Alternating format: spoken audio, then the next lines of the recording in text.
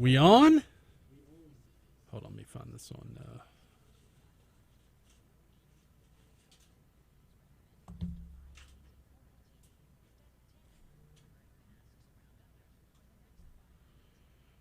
Today's the 28th. Yeah. YouTube. Don't adjust your YouTube channel. This is Franz standing in for Brian Haldane, who I guess is on vacation. Maybe vacation. I don't know. So next 2 days are going to be mornings with Franzi. Going to talk a little bit today about why Baton Rouge can't have nice things. We're going to talk to Brack at some point. We've got the Greater Baton Rouge Arts Council going to come on. I'm going to try to get the Baton Rouge Symphony on. You going to do Day in History today? You feeling that? Okay, so we're not even doing Day in History. I think Congressman Carter's calling in at some point, maybe. So yeah, just gonna be us bonding. You, the audience, me, Franz Borghardt. It's gonna be huge. It's gonna be fun.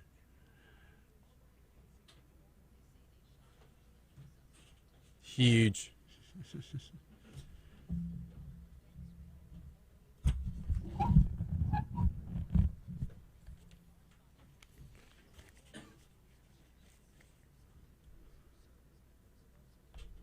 You have a good Christmas, Taylor? I did, man. I did. It was nice. It was different than every other year. I'll tell you one thing. Gatlinburg, got to get the fudge. Got to go to you got to get the eats and treats. I never went to Dollywood. I went this year. How was it? It was awesome, man. Is it a theme park or what exactly is it? I mean, I wouldn't call it themed. I guess I would say old-timey, I guess. Okay. If you, just kind of like everything else in Gatlinburg, honestly. But Christmas light's beautiful. Okay. Throughout the whole park. I mean, it's nice. And it wasn't my first time going. I've been a handful of times. But, yeah, it was nice.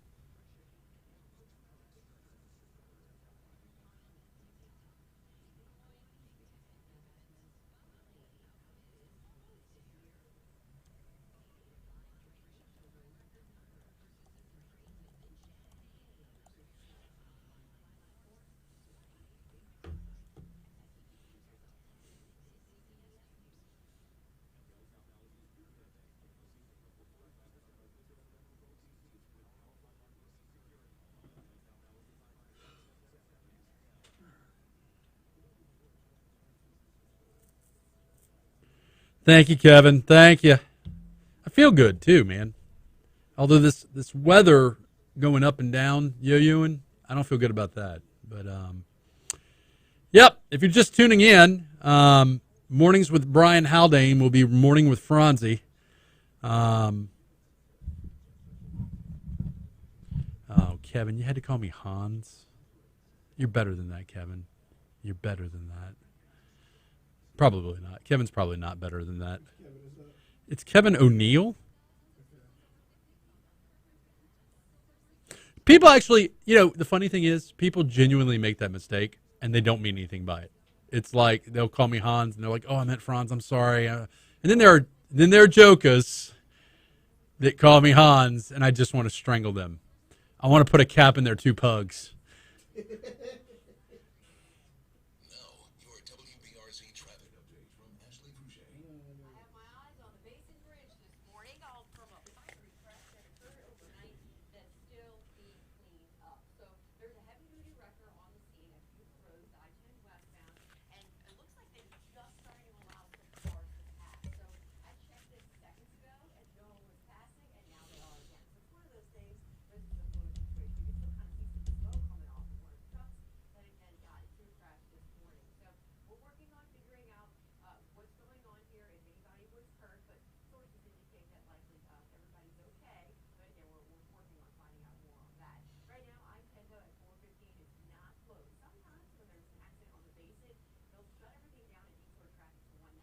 Kevin, where you been, man?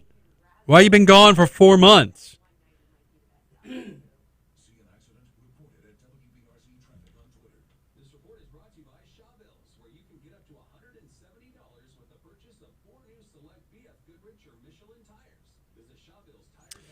So we're going to talk about the story out of Central. 2 pugs shot to death in domestic dispute that landed Central man in jail. How do pugs get in a domestic dispute? I don't know, man. Doesn't it sound like something that would happen in Livingston? Do people have pugs in Livingston? I don't know. No, see, people don't have pugs in Livingston. That's... Okay, why you got to take it out on the pug? I just keep coming back to this point in the road. Yeah. Like, not you. I'm just saying, like out of all the things you can do out of spite because you're... And he did it because he was drunk and upset that she wouldn't have sex with him. Yeah, it's like, of all the things... Killing her dogs, not going to get you sex. Slash your tires and go home. Like, whatever. Yeah. It's messed up, dude. It's messed up.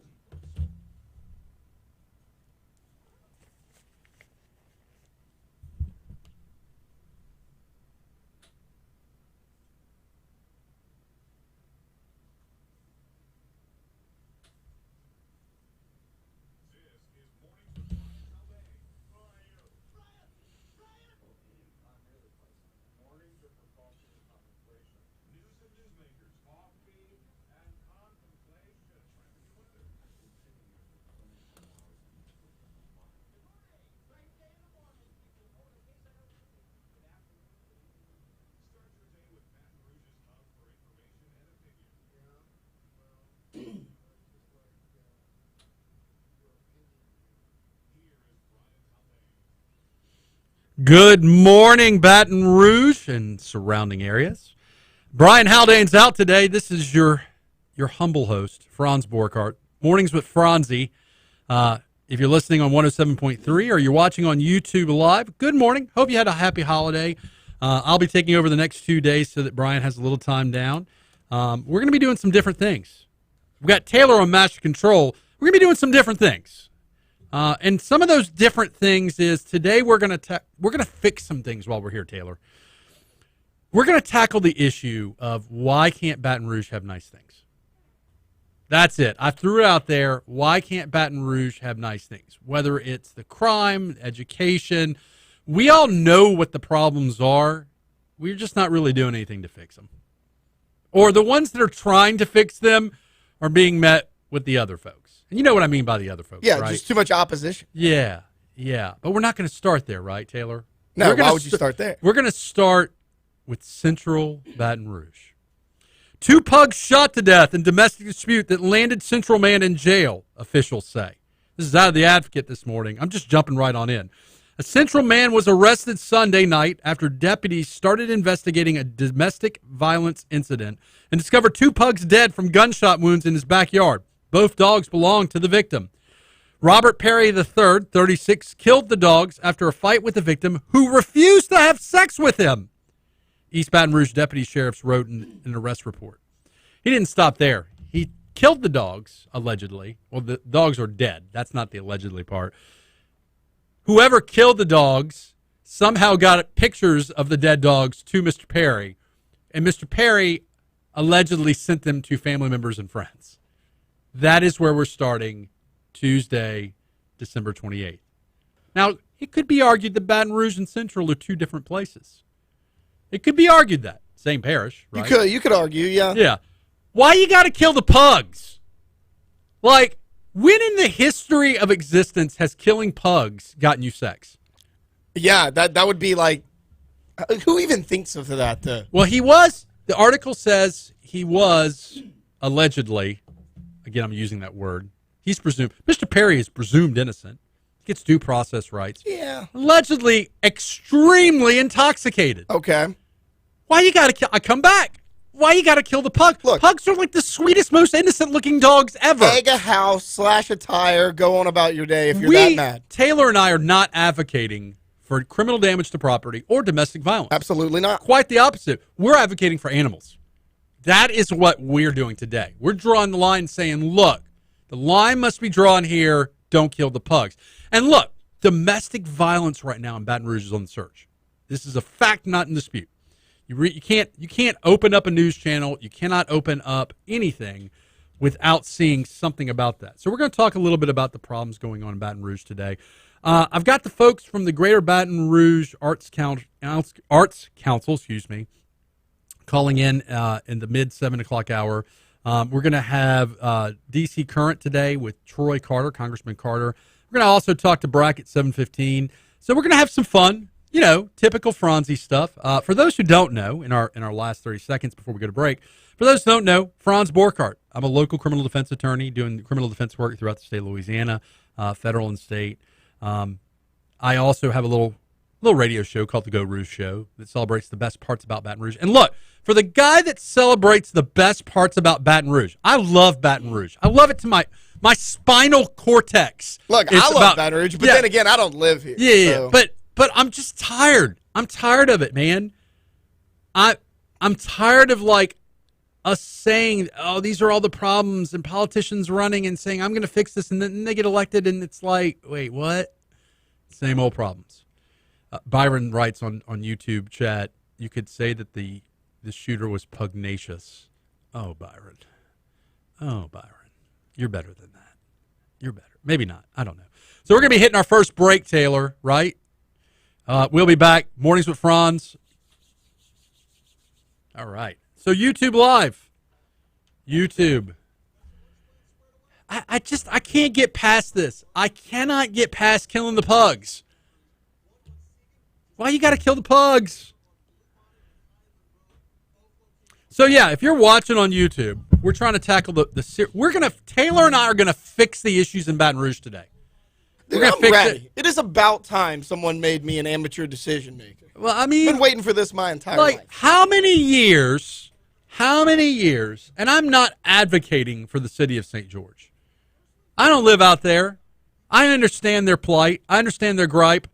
I'm not advocating for or against it. But how many years have we been talking about the broken educational system in Baton Rouge? And how many years have we been, quote unquote, needing to fix it? Like if your car is broken, you take it to the mechanic and you get it fixed. You don't drive around on a car that's had its catalytic converter stolen, which is apparently a thing in Baton Rouge right now. Or if it's broken, you're like, oh, well, I guess I'll just walk. I can't fix it. Yeah. Like you keep it moving. Yeah, no one does that. And if it's in the shop for a while, what do? You get a rental car. Right. Tesla. Maybe not Tesla. Yeah, maybe something a little less than that, but yeah. So Baton Rouge Symphony is calling in at 6:25, Katie. The whole symphony? Well, not the whole symphony. So if you're listening today, and I'm Taylor's going to hate me for saying this, we want to know the solution to our problem. So you can call 225-499-1073. Taylor just eye rolled because he knows what's going to happen. I know what's going to happen, yeah. Probably nobody's going to call. We've got like 5 people listening on YouTube. It's great. That would be preferred. Byron, Kevin, that makes 2. So if I see signs of life from 3 other people on Facebook, or excuse me, on YouTube Live, it'll warm my heart a little bit. Yeah? It'll warm my heart a little bit. It's YouTube. We used to do Facebook Live, and you could see people more clearly. I can tell you that 4 people are in the chat right now, and that's 4 subscribers. So there could really be more than that. Clinton's here, baby. Oh, Clinton. We're just gonna have fun today, man. Dude, I'm ready to have some fun. It's be a long week. I could use a little bit of fun. So normally Brian would talk about sports between 6:15 and 6:20, and as you know, we can do sports. I mean, you're gonna have to do some heavy lifting on that one because we know how much Franz knows about sports, right? Yeah. Did the Saints win last night? I don't even know. No, the Saints got blasted last night. Okay. I couldn't even tell. If you said, Franz, I've got $100,000, you can have it if you just tell me who the Saints play last night. Miami Dolphins. I would lose the $100,000. Clint says he needs more sleep, man. Me too, brother. Me too. All right, so if you're watching on YouTube Live, or if you're listening, I guess YouTube Live, why can't Baton Rouge have nice things? Byron, I know you have an opinion. Why can't Baton Rouge have nice things? Why can't we keep nice things?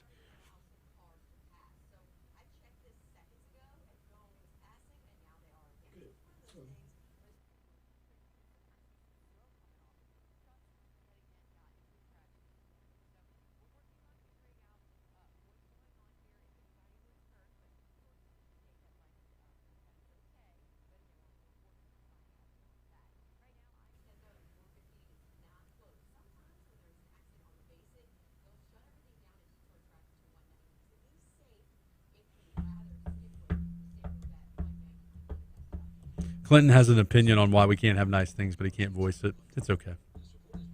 It's okay. You know who I miss? Kev. No, why? You were the only person that I know. liked him. I like Kev. Why? Because I appreciate the subtle art of Kev. It's a subtle art. Subtle art. He still calls all the time. Yeah. Well, he used to. I mean, I ain't been here in a while.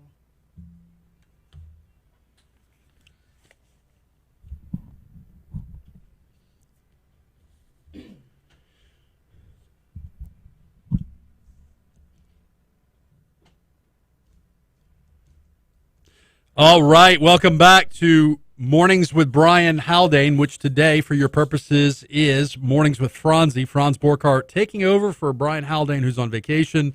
You're listening to Talk 107.3. If you're on YouTube, we're tackling the issue today.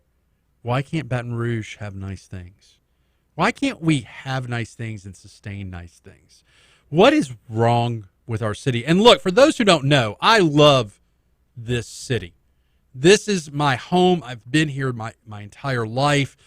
For gosh sakes, I have a radio show, the Go Rouge Show, that celebrates everything Baton Rouge.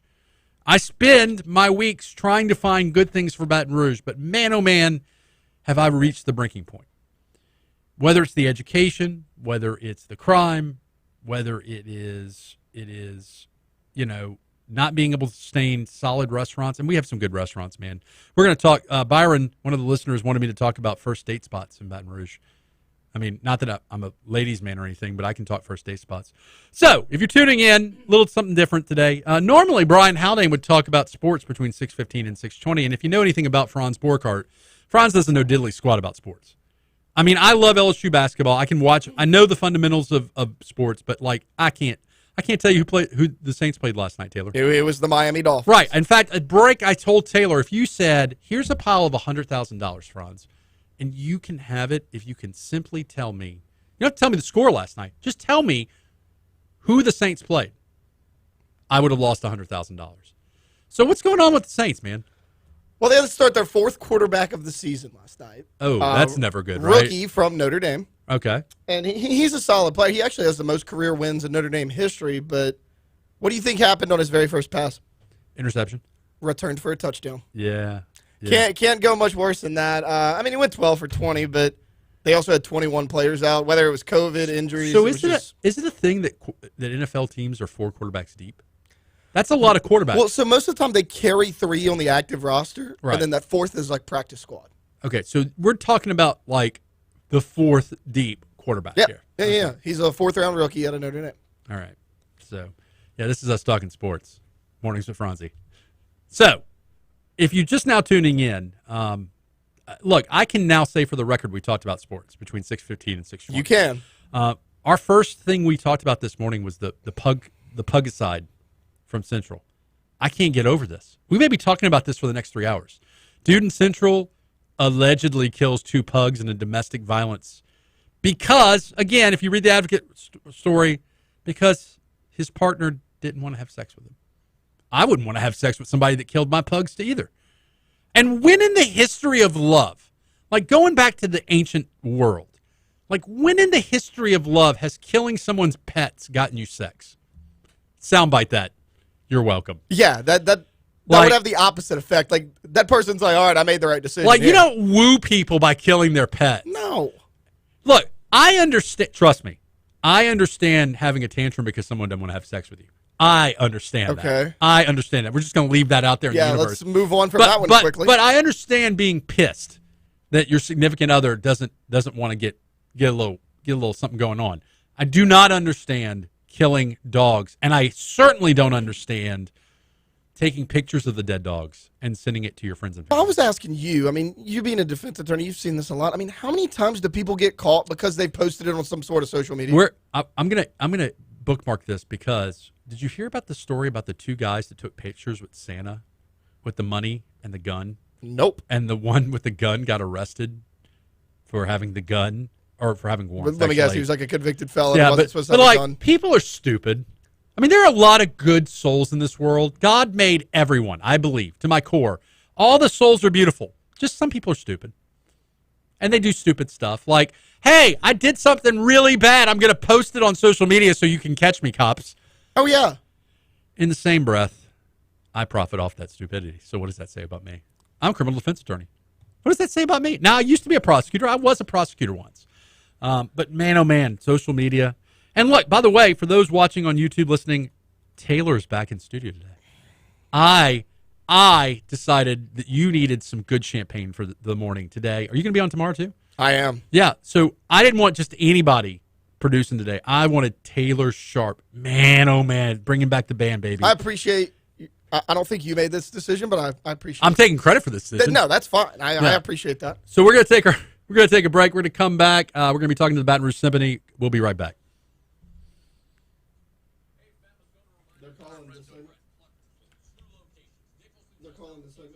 Yes, they should be. At 6:25. Yeah. Yeah.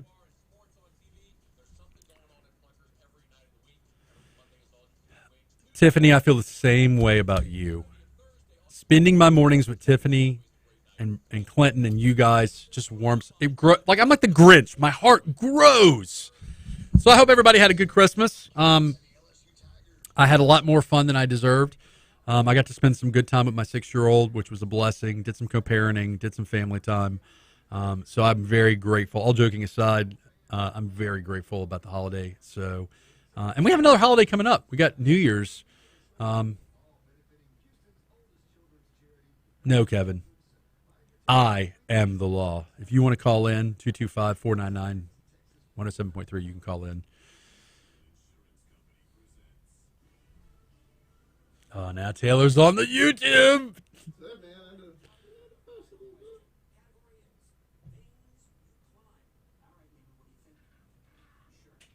So, like, on Facebook, people used to think that I just didn't like them because I could never comment.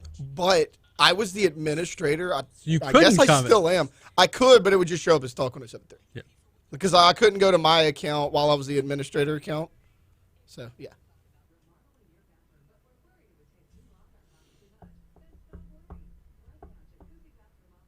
If a grumpy old guy calls, please put him on. I'm not holding back today, guys. This may be, every time I'm on the radio, I say to myself, this could be the last time I'm on the radio. I could say or do something that makes it to where this is my last time on the radio. And coupled with that, you know how Brian's always pounding like energy drinks? Dude, yeah. I didn't have any coffee this morning. And Brian's normally the guy downstairs who makes the coffee. That's not a slap. That's not a backhanded slap at Taylor. There's no coffee in me. There's no energy drinks. I don't drink that garbage.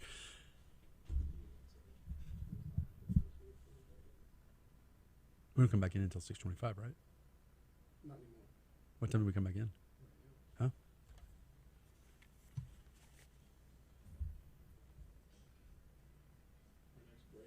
Our next break's 31. All right. Welcome back to Talk 107.3 Mornings with Brian Haldane. This is your special host. That's right, I'm special. God made me special. Franz Borghardt, local attorney, radio personality, some say. Some say radio personality. Good guy, good looking, charming. I'm taking over for Brian the next 2 days. Brian's on vacation. I'm hanging out with Taylor Sharp. Dude, we're bringing back classics. Franzi and Taylor. For God's sakes, we may have Bill and Kevin on tomorrow. I don't know. That's right. Yeah? Bill and Kevin. Well, I had Bill and Kevin on my radio show. Oh, on Go Read? Oh, dude. So when I had Bill and Kevin on, I made a post on social media saying, hey, look, these are the guys that got me in radio. Fact, not in dispute. Bill and Kevin had me on the radio for the first time ever. And I made that post on Twitter. And somebody went nuts because Bill had called her a negative name. Okay. And she was trying to cancel me on Twitter because I had Bill and Kevin on and I was giving them praise. Here's the thing, though. I've always thought that I want to get canceled one day because that means that I've made it, somewhat. Worked out for Dave Chappelle, man. Yeah. Woo. That's Dave Chappelle has the cancel me kind of money. So, if you're just now tuning in, we're going to have Katie from the Baton Rouge Symphony on. She is live on the phone. Katie, what's going on? Good morning. Always a pleasure to have Baton Rouge Symphony on the radio. You've been on the Go Rouge show a couple of times. What's going on with the symphony these days? Oh, we're taking a tiny, well-deserved break after a crazy, busy, fantastic holiday. Yes. Yes. But then we're back in the offices this morning. Awesome. Gearing up for a equally as busy and somehow even better spring season. Okay. So for those who don't know, you guys are now located on St. Ferdinand. Y'all are my neighbors, in fact. I know. It's so lovely to see you in the morning. I know. It is lovely to see me in the mornings, Katie. So, okay. So what is on deck for 2021? Or 22, excuse me. Yep, 22. So close. It's crazy. So January 13th, we have our final Lamar Family Chamber Series concert of the season. That is my birthday. Mark Nuccio is coming in. Brilliant on the clarinet with some of our symphony members. Really excited about that one at First Methodist downtown. And then the big one, January 27th, we're back in the River Center Theater. Awesome. I just want to throw out there again that January 13th is my birthday. I totally missed that. January 13th well, is good. my Happy birthday. Happy early birthday. So Kate, a great concert just for you. Thank you. So, Katie, if I want to get tickets to the Pantheon, the catalog of performances by the symphony, what would I do? Give me a call after 8:30 at 383-0500, and I will take care of getting you hooked up with tickets. Awesome. We can do single tickets for the rest of the season. We can do a package for the rest of the season, save some moolah. Awesome. And look, there's a lot of people, and look, this year was my first year of really doing stuff with the symphony, the Baton Rouge Symphony. There's a lot of people that don't realize how good of an organization, how good the performances are that you guys do. And so I definitely, the price point's very reasonable. It is. If you're looking for different things to do in Baton Rouge, and we were just now talking about why Baton Rouge can't have nice things. You guys are one of the exceptions to the rule. Thank you. Because you guys are doing some great things. Again, what's that number to call and get tickets after 8:30? 383-0500, or you can do it anytime at brso.org. All right. Anything else we need to know about the symphony, Katie? Come check us out. I swear you'll have a great night. I went to Boktoberfest at the Baton Rouge, favorite. At the Baton Rouge Library. I brought Fisher, my 6-year-old, and it was amazing. It was amazing. It was casual. It was outside. Shout out to the folks at the library. It was just one of those perfect little concerts. So I definitely recommend it. And Katie, I look forward to having you on the Go Rouge show in the near future. Okay. Absolutely. Thanks, Franz. Y'all have a great week. You too. Taylor, did we have a caller? We do have a caller. Kevin? Is that Kevin O'Neill? Kevin O'Neill. All right. What's up, Kevin? Kevin. Franz, how are you? Dude, I'm living the dream, man. They gave me a radio show for 2 days. What were they thinking? What's going on, man? Oh, I love it. I just wanted to call, say hello. It's great hearing you and man. Taylor again. Well, I'm glad you're listening. I'm glad anybody listens to Talk 107.3 and to this wonderful show. Look, we're going to craft a new phrase, Kevin. When anybody takes a break, goes on vacation or whatever, we're going to call it Haldaning. It's going to be a Haldane. So I love it. So life's good. Except I didn't go to St. Louis though. That's the only difference. Yeah. That was last year, I think, right? Yeah. So life's good. You had a good Christmas? Life is great, Franz. I'm just so happy to be back in Baton Rouge. You don't know what's gone till you missed it, right? Yep. You don't miss it till it's gone. How does that go? So let me ask you this. You're back in Baton Rouge. I have been playing with the topic all morning of why can't Baton Rouge have nice things? What's the Franz, what's the solution, Kevin? What's the solution? You know what, Franz? I don't know. I thought long and hard on that, buddy, and I think it's more just about us Baton Rougians getting together and making it happen, man. Right. So it's working together, I think, is the solution. I think everybody has their own priority, their own agenda. So for me, it is all about deciding, okay, where's the common ground? What can we work on together? What can we compromise on, whether it's education, whether it's the criminal justice system, whether it's anything, right? So, Kevin, thank you for calling in. We're about to hit our next break, and God bless you for calling in, and have a great holiday, man. You too, guys. Thank you. All right. So, yeah, we're doing some call-in, Taylor. I'm sorry. I'm sorry. So we got another call in? Yeah. So if you're just now tuning in, we just had the Baton Rouge Symphony on. You definitely want to check out some of their performances. Dude, the season tickets to the Symphony are a steal. A steal like the Baton Rouge, like the LSU women's basketball team. Season tickets are a steal there. We got another caller or no? We just got 30 seconds. Okay. So we're going to be hitting a break. When we come back, more Mornings with Franzi. Just mornings. It's like a Franzi fest. So we're going to take a break. We'll be right back. Talk 107.3. Your host, Franz Borghardt.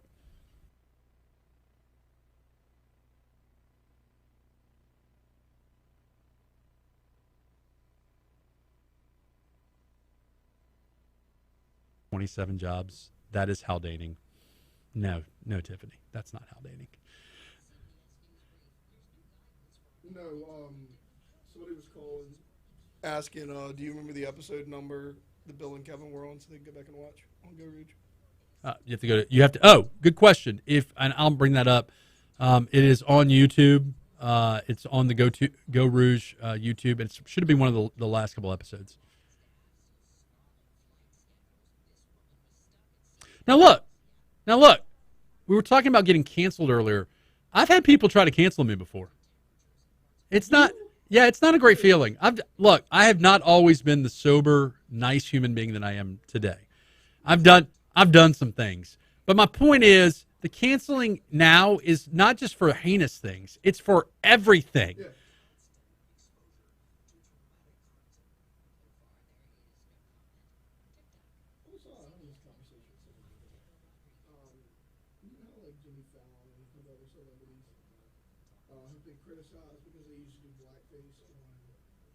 On Saturday Night Live. How come Robert Downey Jr.'s never got any? From Tropic Thunder. Yeah. Dave Chappelle's never gotten criticism. Well, strike that. Dave Chappelle did Whiteface. You're not going to get criticized for that. Right. My point is, right. Like, why did Robert Downey Jr. Never? I think because it was. That was a mainstream movie. Well, so what's interesting is some of that was so ridiculous, though. I mean, highly racial stereotyping. Saturday Night Live's not, though? Yeah. Well, yeah. Halloween parties aren't ridiculous? So we come back at 6:38, and then 38, 37. And then we're just cruising until 47, and then we're cruising from 6:52. Okay. So, yeah. So that break, you just tell me, man. It's kind of confusing because, it says 47, so we'll do it there because, you want to hit that hard 50 on the back end of that break, so it's kind of iffy.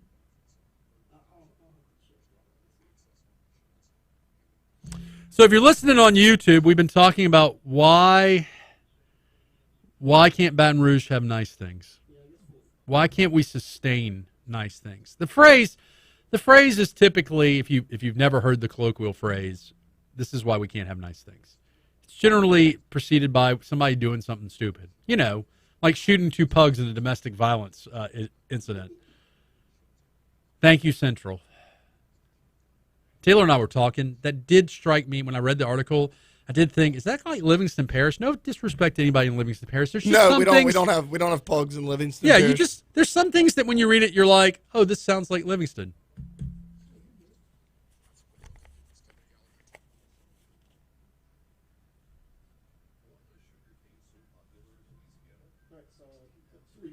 Okay. Byron writes, Chappelle is smarter than his critics. They don't understand the more they whine, the more his legend and fan support grows. Yeah, Netflix has doubled down on this guy. Netflix publicly, the decision makers in Netflix publicly said, we're going to support him over offended employees. That's a big line. Dude, in 2021, that's a big line to draw in the sand. You got to ask yourself this: who makes them more money, their employees or Dave Chappelle? Chappelle makes them a sick amount of money. Oh, that's it. Because even the people who might be offended are like, I'm going to watch this and see why it's so. So I watch a lot of the Chappelle show. Yeah, I watched it. I watched the stand-up. I get that I'm not LGBTQ. I get that I don't necessarily get to make the call on what is offensive in some of his jokes. But if you really listen to him, He makes some points. No, he does. And I am the complete wrong person because I don't get offended by literally anything. Yeah. So, you know what it is? We've lost the ability to have a sense of humor about stuff. Yep, 100%. As a society, like, sense of humors are out the window. Taylor, BMontG2, which is the handle I don't know. BMontTG2 says, yes, Taylor, we have pugs. Must be an ambassador of Livingston. Must be. There's some nice places in Livingston. I'd be the czar of Livingston. I miss Byron. Byron was supposed to take me to get Chinese food. I miss Byron. Supposed to? What happened? He just never materialized. You know that buddy? You know that buddy that's like, hey, we should grab lunch sometime, and you're like, yes, and your whole universe expands a little bit. And like you're excited. And then you never hear from him. Yeah. Thanks, Byron. That's not true. Byron actually takes me to get lunch, and we go hang out all the time. We got 1 minute. Oh, and we're out at 46. Okay. It's a short segment. Yeah. Broderick!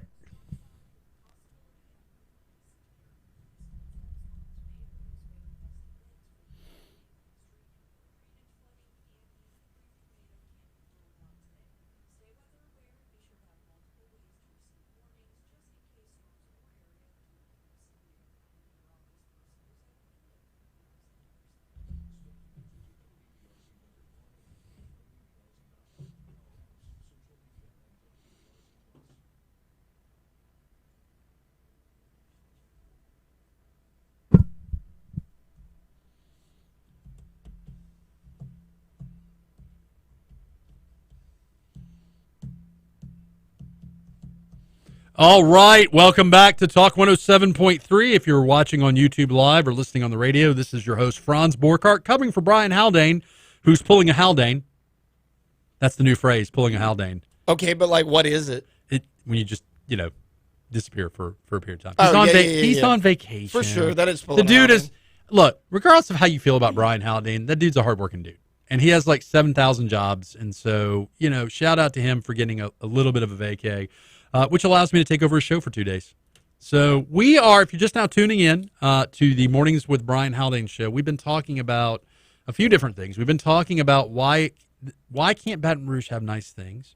Then we kind of launched, Taylor and I are now exploring the philosophical topic of cancel culture and getting canceled. If you want to watch the episode I alluded to from the Go Rouge show about Bill and Kevin, I have that on the Go Rouge YouTube channel. You can watch it. It's one of the last couple of episodes. I had Bill and Kevin on because Bill Profita and Kevin Gallagher got me into radio. I don't know that it's fair to call me a radio personality. I'm a full-time lawyer. I do some radio work. I do legal commentary, but those guys got me in, and so I had them on. And someone basically, I tweeted about it, and someone tried to cancel me because I had them on the show. And this cancel culture thing went from okay, maybe there were some good reasons to cancel people, to now there seems to be the absence of a sense of humor in the world. There seems to be the absence for any kind of wiggle room that we're not perfect human beings and that sometimes we mess up. Or alternatively, not just that we're not perfect and we sometimes mess up, alternatively, maybe, just maybe, instead of destroying people, you can just put your big boy pants on and deal with stuff. We have less sense of humor than we've ever had. And honestly, the thickness of skin has waned a little bit. So those are the two things we've been talking about most of the morning. Much to Taylor Sharp. Taylor's here, by the way. Taylor's here producing. I mean, I'm not doing radio without a heavy hitter on backup here. You're like my goose. You're trying to give me an ego, man. Dude, look, slow your roll a little bit. I know. It's like my ever-expanding ego. I share it. With you folks. do. You have you're giving me second hand. I know. So look, my point is, much to Taylor's chagrins, I've invited listeners to call in at 225-499-107.3 because I want to talk about why it is that Baton Rouge just can't have and maintain nice things. We fight over stupid stuff. Well, let me rephrase that. Strike that. We fight over valid stuff, but offer no solutions on how to fix the stuff. Yeah. So, meanwhile, for those who don't know me, I'm an attorney in Baton Rouge. I do criminal defense work throughout the state of Louisiana, federal and state. I occasionally come on with Brian to do a little segment called Legally Served. I sometimes record a radio podcast called Legally Unfiltered with Richard Sprinkle. Richard Sprinkle's going to be on the radio tomorrow, by the way, Taylor. We're gonna be talking law.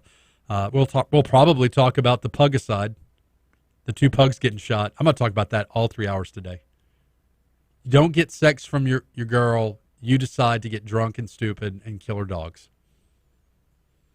I don't know what hell looks like, but I believe that there's a circle in hell for individuals that kill 2 pugs. Sweet, innocent little pugs. Yeah.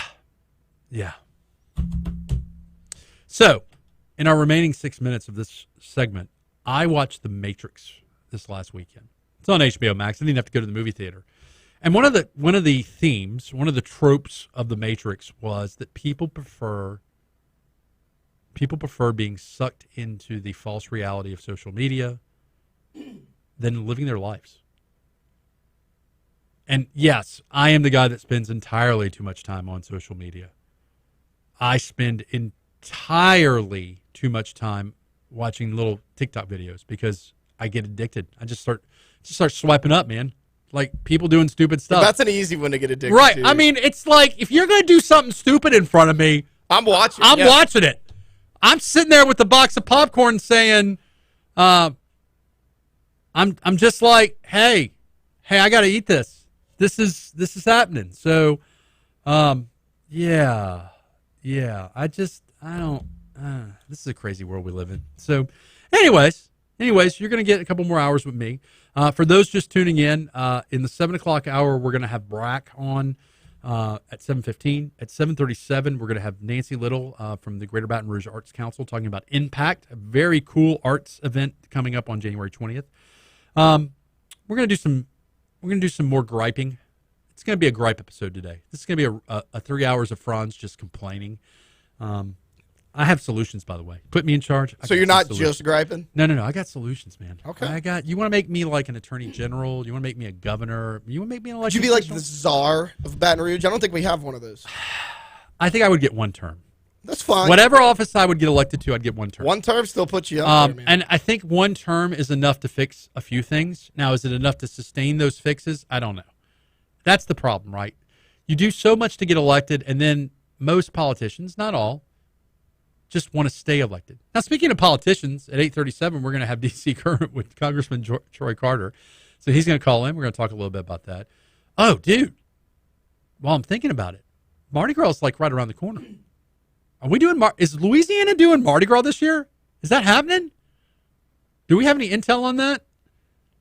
I mean, is Louisiana doing Mardi Gras or is New Orleans? I think you have to ask. Well, okay, so it's no longer just a New Orleans thing, right? We do it in Baton Rouge. We do it in Homa. Homa has become a big thing, right? Yeah, for sure. Lafayette, Mamu, chasing chickens.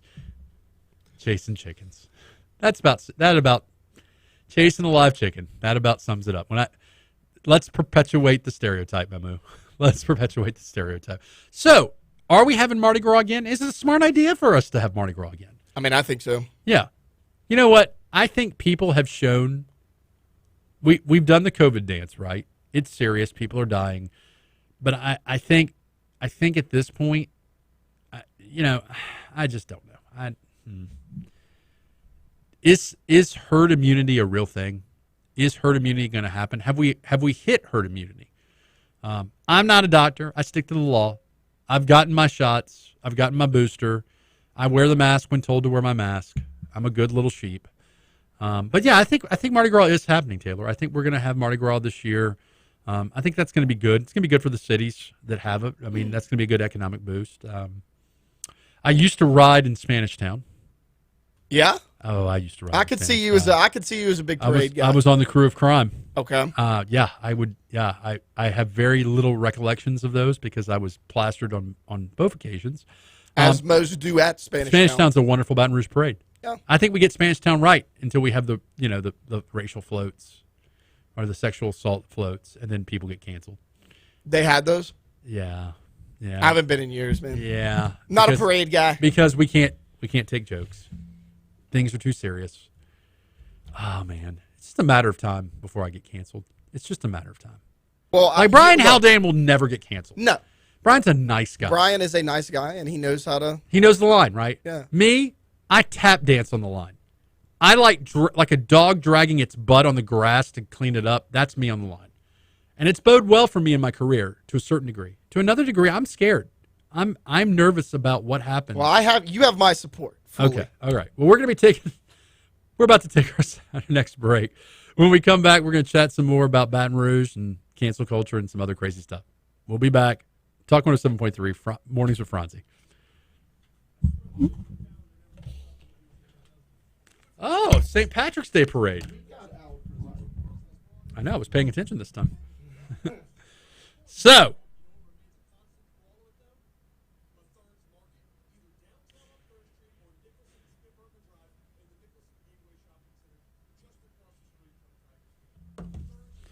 give everyone a basic IQ test, and citizens that score below 70 should be quarantined. Then we will move the group to St. George area. The problem is, that's the problem with standardized tests now, is people say that those tests are racially biased. Racially biased. Yep, I've seen it. Unfair. Racially biased. So if you're just now tuning in on Facebook Live, welcome. YouTube Live. I'm sorry. I keep saying Facebook Live. Dude, sorry. That's fine. It's an old habit. YouTube Live. Shout out to all you guys. I got a short segment coming up. Yes, 52 to 59.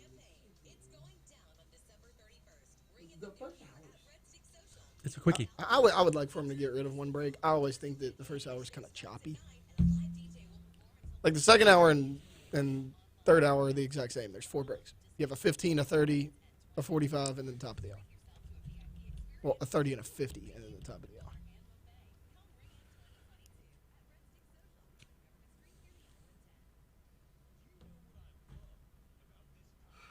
Killing pugs, man. I can't get over it. Why you got to kill the pugs?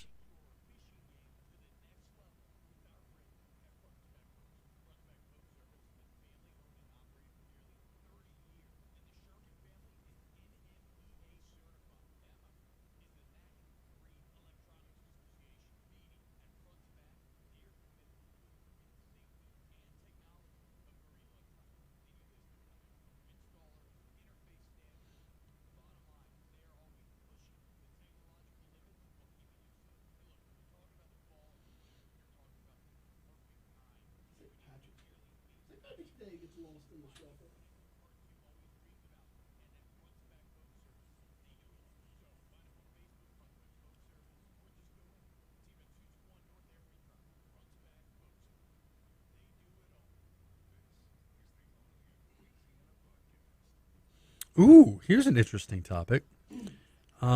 Serial killer's conviction was overturned in death. Here's why his lawyers says that was right. Kenneth Gleason, when he died, an appellate court overturned his conviction. It's crazy. But that's the law. The law is that courts required to set aside a conviction if the defendant dies while his appeals are pending. Yeah, like Aaron Hernandez did. He did.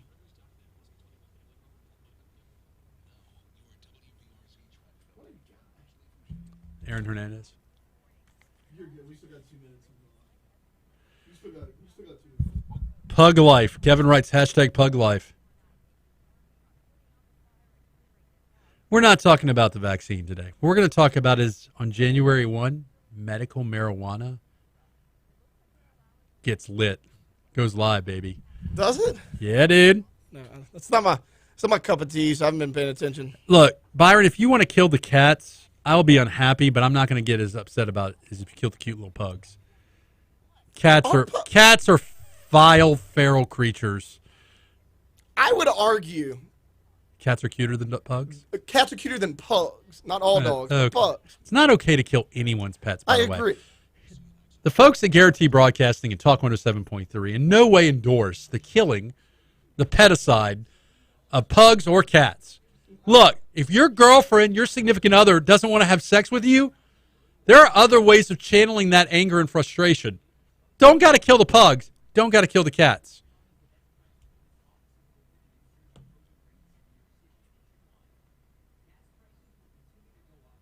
I wish I had coffee. I'm going to get coffee. The first thing I do when I leave here, I'm going to get coffee. Well, see, the issue is, like, everyone's out this week but me. That's not a complaint, dude. And, well, that wasn't directed at you, man. I don't even drink coffee. So, right. Why would you make coffee if you don't drink it? Like, I don't even know where the coffee pot is. You would be making coffee just for me, and candidly, I could make my own coffee. You usually roll it with the Circle K, man. I know. I normally do. Yeah. I had, the worst part? I had coffee in a Yeti. Yeah. That never made it past my dining room table when I was leaving this morning. I'm upset about it.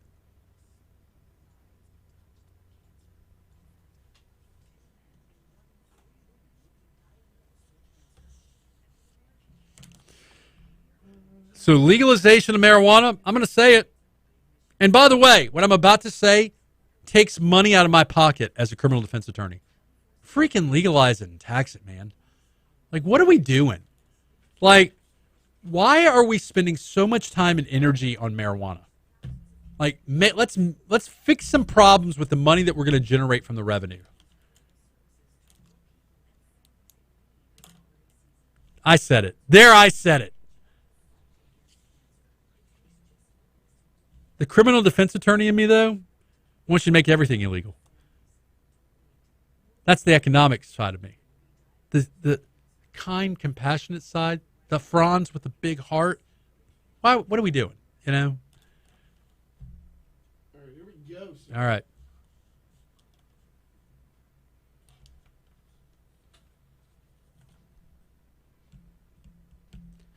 All right, welcome back to Talk 107.3. If you're listening on the radio or if you're watching on YouTube, you are listening to Franz Borghardt.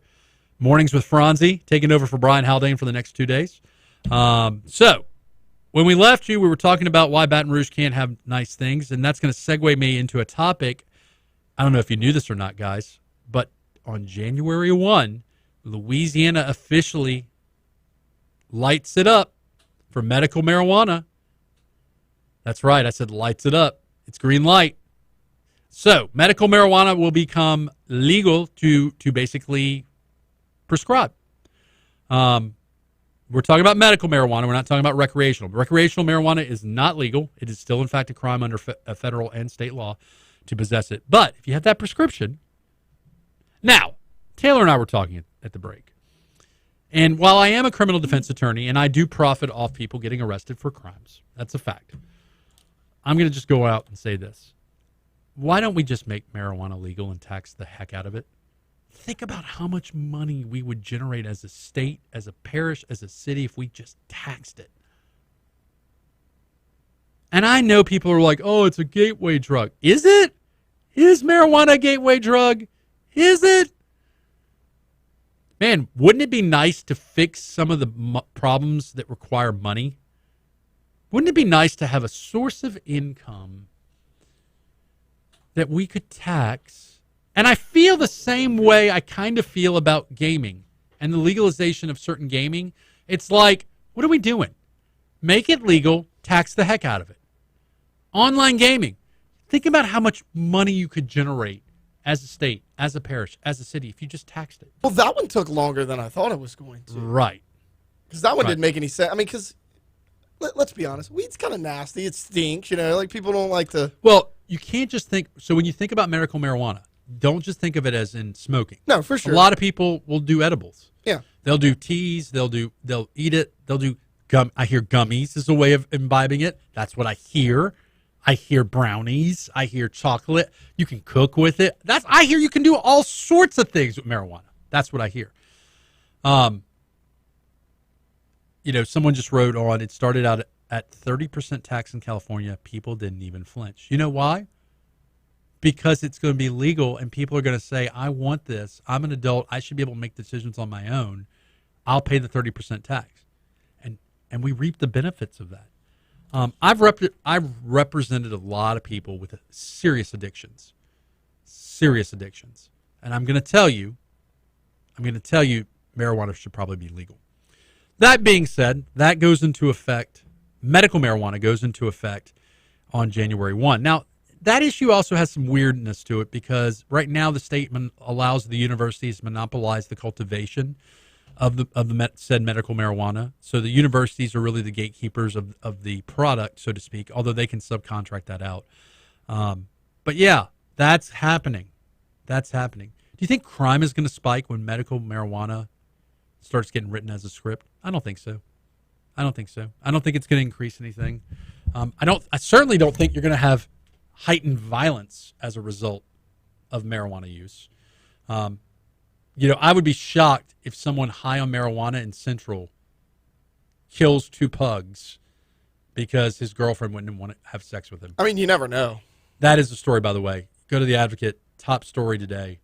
Man in Central. I can't get over. I can't stop talking about it, Taylor. I cannot stop talking about it because I'm getting fired up on it. No pun intended. Guy basically tries to have sex with his girl. He's drunk. He's very intoxicated. She doesn't want it. She says, go sleep it off. So what does he do? Throws a man tantrum and kills her pugs. And then takes pictures of the pugs and sends it to friends and families members. I can't stop. I can't. It is like a train wreck. I can't stop looking at. Who the heck kills the pugs? Now, Taylor brought up this issue at the break. Would it have been different if it were cats? Would it have been different if it were a non-cute pet?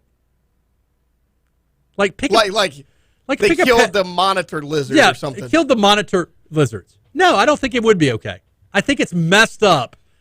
It's messed up. It's messed up that you got to kill the pugs because your old lady, your significant other, your partner doesn't want to have sex with you. Dude, knit a sweater or something. Find another way of channeling that rage. Maybe that person needs to be, I don't know, on a medical marijuana subscription. I don't know. So, if you're just now tuning in, Talk 107.3, I am slowly walking my way to never being on radio again. That is happening. I say that every time I'm on. One of the listeners goes, hell yeah, we need the money in LP. Tax it. We do. We do need the money in LP. That's accurate. Well, CBD is the thing too, right? Yeah. CBD has, the same listener says CBD has more health benefits, not to mention it gives people a non-pharma choice for holistic medicine. You don't have to have a prescription for that. You can go to coffee shops and get CBD coffee. I want adults to act like adults, and I want adults to be treated like adults. I think that's the summation, right? I want us to look at human beings and say, you know what? You can be an adult. Slap them on the butt and say, go forth an adult, man. You got this. Because it doesn't take a lot to an adult. You don't have to be a super high IQ human being to adult. Just don't kill the pugs. Just don't kill the pugs, man. Those poor pugs. Do pugs have souls? I don't know. Taylor's making faces now. We got 1 minute. It's not funny, Franz. Killing the pugs is not funny.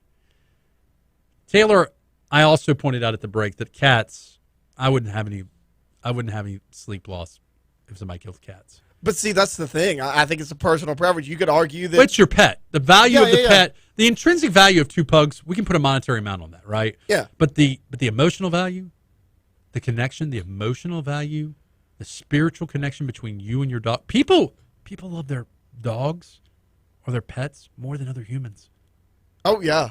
That's a thing. Absolutely. Like, I have dated people that are like, I love my dogs more than I love human beings. And I'm like, I would say I know quite a few people like that. Yeah. So we got about 30 seconds to our next break. We're going to take a break, and then when we come back, we're going to have our second hour. We're going to talk to Brack. We're going to talk to the Greater Baton Rouge Arts Council. Keep talking about Pugicide. Going to keep talking about medical marijuana, other stuff. If you got some topics you want to chat about, throw us a shout in the YouTube app. This is Mornings with Brian Haldane, your host, Franz Borghardt. We'll be right back. Oh, man.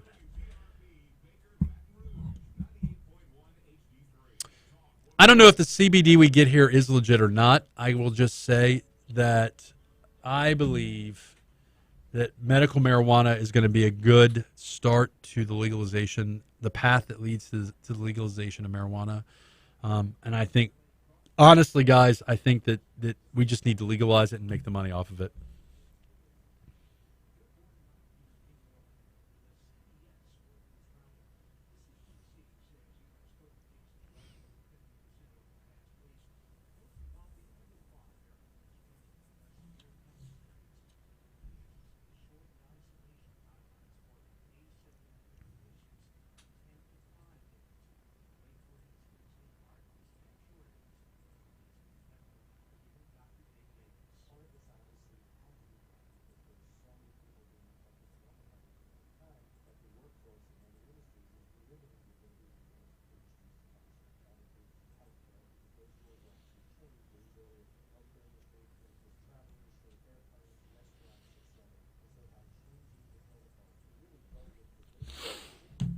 What you guys want to talk about in the second hour?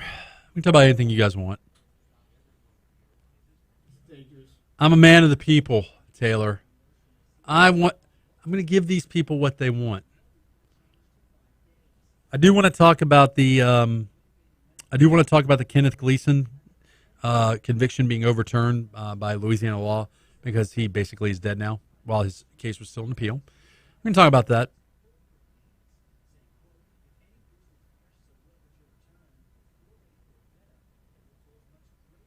Unrestrained tractor-trailer driver killed in Ascension Parish crash.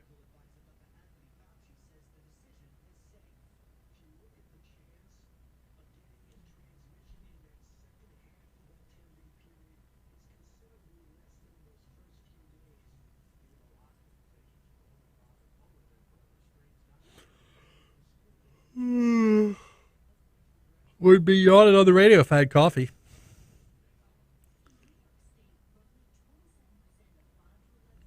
I drink a ridiculous amount of coffee, by the way. So do you just not do caffeine?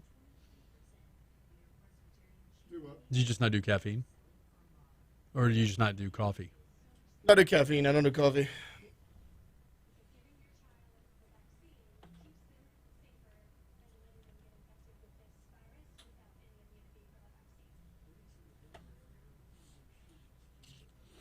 Oh, man, I had some Christmas Chinese food that was delicious. Oh, dude. I had it delivered to my door.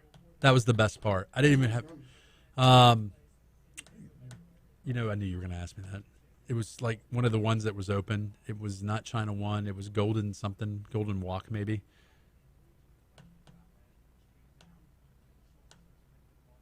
Kevin, I don't... like... Brian drinks that energy drink stuff, and I just got to tell you, man, it's like Sex Panther from Anchorman. I'm worried about what he's drinking.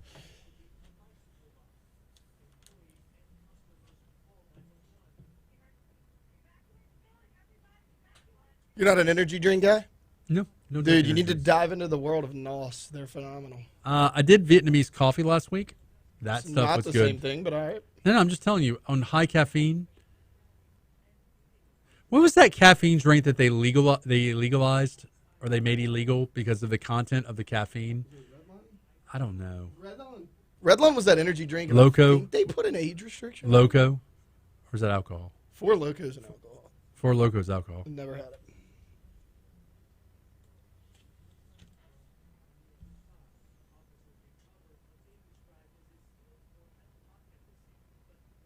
What do you want to hear? What do I want to hear? Your call, man.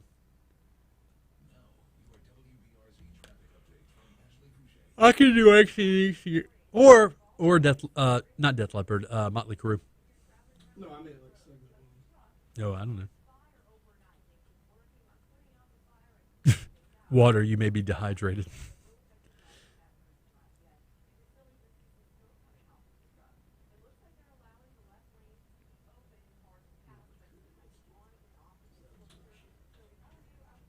I love Red Stick Spice. They're talking about it on the thread. Red Stick Spice is, dude, they have a tea bar now where you can actually get hot steep tea, and it's fantastic. I got tea, Byron. I got tea from Red Stick Spice yesterday, and then I went next door and got a mani-pedi from that little nail place. Oh, so good. manicure, pedicure. Oh, Man, so good. Franz pampered himself yesterday. Oh yeah, dude.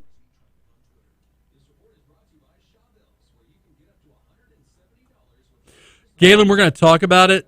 In Alabama, that's called the Alabama rule about you lose the presumption of innocence, and there's kind of an asterisk by the conviction.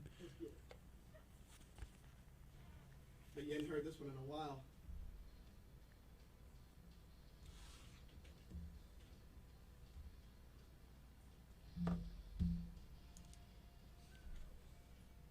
All right, welcome to the second hour on Talk 107.3. Brian Haldane is out, so you're doing mornings with Franzi. If you're watching on YouTube or if you're listening on the radio, good morning. If you're in the car, obviously you're buckled up because we're going to be doing some different stuff today. I will tell you this news story about the pugicide, the two pugs that were killed in Central has really thrown me. But there was another major story. It's the Advocate, so I'm just reading headlines here. The serial killer's conviction was overturned in death. Here's why his lawyer says it was right. So for those who remember, serial killer Kenneth Gleason was convicted. He died in prison while appealing the guilty verdict. And basically the Supreme Court overturned its conviction because essentially it was still on appeal, and that's kind of the law in Louisiana. There is a doctrine known as abatement ab initio, and it requires the court to set aside conviction if the defendant dies while his appeal are pending. So that's one side of the coin. The other side of the coin is other states basically, and I'm oversimplifying this,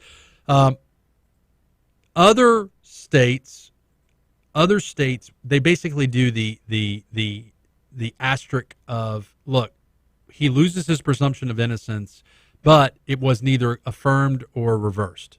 So it's kind of like the I'm about to make a sports record reference here. It's about the record you break that has an asterisk next to it. This guy was convicted. He was convicted by a jury, a unanimous jury. His case was on appeal.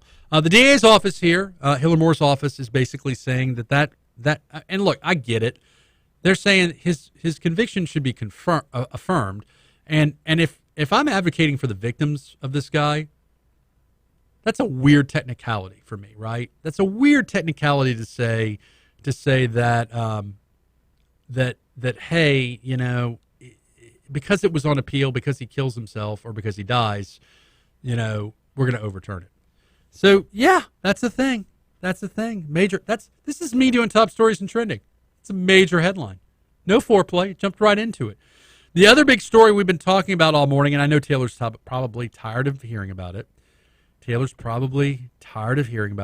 We've been talking about the two pugs, the poor innocent pugs, the two pets that were shot to death in a domestic dispute in Central because a guy got angry, he was drunk, and decided that because his girlfriend, his wife, his significant other, whatever she was, because she didn't want to have sex with a drunk buffoon, that it would be appropriate to kill the two innocent pugs. Do we know if they're still together, or was that like a relationship ender? I think that's a relationship slaying maneuver. It's hard to. Love is a powerful thing, my friend. Yeah, love can survive a lot of things. I don't know that love can survive two sweet pugs. I would think not. I was just wondering if it was in the story. Right. Yeah. No, I'm not tired of hearing the story. I like this story, not because you know, the poor pugs lost their lives, but it's just unique. Well, what's weird is normally, and look, we are tying it into what's going on in our city. We're in a crime spree of domestic violence, and you've heard me say on the radio before, guys, that there's really no way of stopping domestic violence. Like, it is not like we need more officers on the street. Domestic violence happens in people's homes. Even if you put people away and lock the... if you put them away and throw away the key, you lock them up and throw away the key, it doesn't stop the next person from being in domestic violence. This person was drunk. This person was drunk and killed two dogs and deserves a special kind of award for taking pictures of the dogs and sharing them. Because if you're going to kill the two pugs, of course you got to take pictures and send it to friends and family members. Stupid. Unnecessary. Sweet dogs killed. Central Louisiana. All right, Central's not a bad. Central, I like Central. Central's got a special place in its heart for me. There's good food out there. I like good Central. People. They seem to got their stuff together with education. I mean, they're one of those places that, hey, we wanted to fix things. And, the recurring theme on the show today has been, why can't Baton Rouge have nice things? Why can't the pugs live? I think we need to have a song made about these pugs. You think so? Like a Tiger King song, kind of like. Okay, but who sings the song? I don't know. Just this thing just chaps my butt, man. Why you got to kill the pugs? And why you got to take? Look, Taylor asked me in the first hour. Is it a common thing? That people commit crimes and then take photos and post on social media? Yes, it is. Convicted felons take pictures of firearms posted on social media, which is like prima facie proof that you committed a crime. Renee asked, is the guy in jail now? I would assume that he is in jail. I do not know what the bond is, but if I were a judge, I may never be a judge, but if I were a judge, that would be a big bond. That's a big bond. I'm talking $150,000 per pug. It's a $300,000 bond for Franzi. It's a big bond. Because, well, look, and bigger picture, all joking aside, bigger picture is you got to be worried about the guy that gets drunk and starts killing pets. That's fatal attraction kind of stuff. That's like pet rabbit in the stew pot kind of stuff. And Renee, I don't know that he's made bond or not. That should be a significant one. If you're out there listening and let me know. So we're about to take another break, right? When we come back, we're going to be talking to the folks from BRAC, Baton Rouge Area Chamber, and probably more pugs. So host Franz Borghardt, Mornings with Franzi, covering for Brian Haldane. We'll be right back.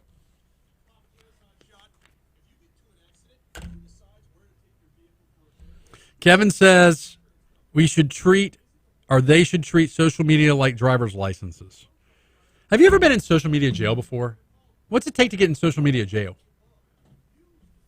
So I've technically still am in social media jail, but it's a different form of social media.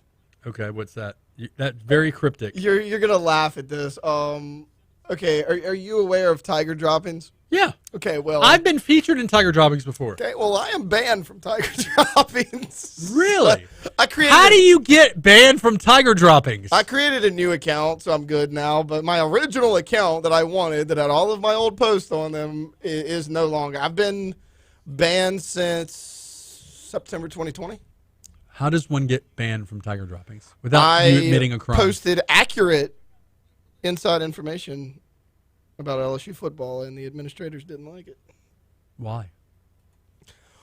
I don't think they like when isn't the whole point open discussion? It's an anonymous thing. Like you can literally be like I could go in there and my username could be Franz. So was the belief that you were doing something inappropriate because you had the inside information and you were sharing it? They don't like when you post it. It's basically it's like the admins are like, how'd they get this information? Who's that person banned?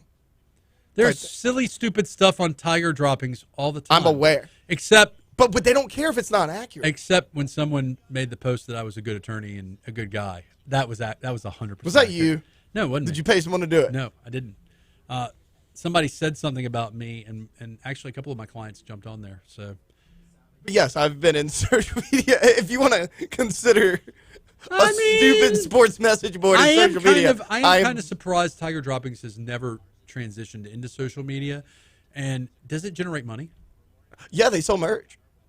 I've never bought any, but if you scroll down to the bottom of the page, you can buy like Tiger Dropping hat, T-shirts, all that. Yeah, but do you make real money on it? Do they do advertising? Hang on, let me go to their. I have them saved right here.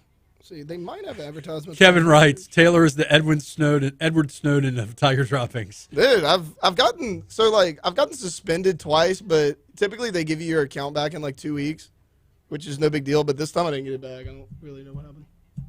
Free Taylor. Dude, yeah. Well, I got a new one, and I don't have an account on Tiger Droppings. Yeah, you need one. It's a great place. There's no better place to go than a fan base after a loss. Yeah, generally people will send me the really good stuff. I get sent that. So Clinton says there are ads, so they probably generate a lot of money.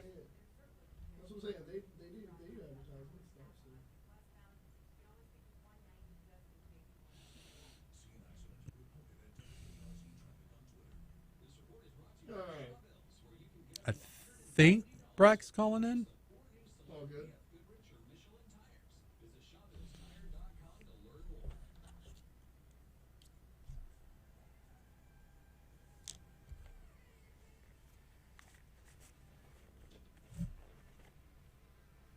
All right, welcome back to Talk 107.3. You're listening to your host, Franz Borghardt, sitting in for Brian Haldane, who's on vacation. If you're listening on YouTube if you're watching on YouTube or listening on the radio, welcome. For those who don't know me, I am a criminal defense attorney in Louisiana. I do federal and state criminal defense work. I do legal commentary on the radio as well as the news channels. I also have the Go Rouge show, Geaux, Go Rouge, which is a show that celebrates Baton Rouge. In this segment, we should be hearing from Brack, but in the meantime, I'm going to throw out a topic. We've been keeping it real all morning. Getting banned from social media, getting placed in social media jail.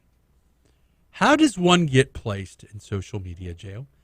What is the criteria? Like, there's probably easy answers to that, right? Like, posting a picture of dead pugs. That's going to get you in social media jail. Yeah, for sure. Certain fake news posts, like if you're disseminating information. But what is it that gets you into fake jail? Well, I think it's different based on the social media platform. Honestly. Right. So, like Facebook. What puts you in Facebook jail? And isn't that a badge of honor? A lot of things can put you in Facebook jail. Like, I have never seen a person be placed in Facebook jail that comes out on the other end a reformed citizen.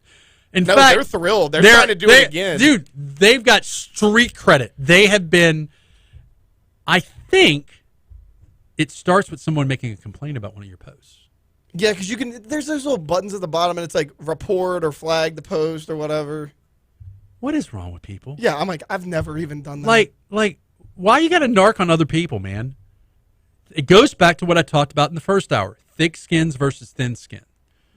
People are way too sensitive these days. Well, because the thing is, you're friends with that person. You're choosing to see their stuff on their timeline. If you don't, I think that's I got to tell you, I've been saying that for a long time. If you make a post, and I come to your thread, and I'm offended by your thread, and I engage you, or I engage in other people, I have the right to not give you attention. And by giving you attention, I'm only helping your algorithm. Yeah, exactly. Yeah.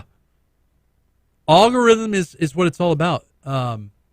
So Byron writes, apparently Facebook is cool with self-deprecating dad jokes.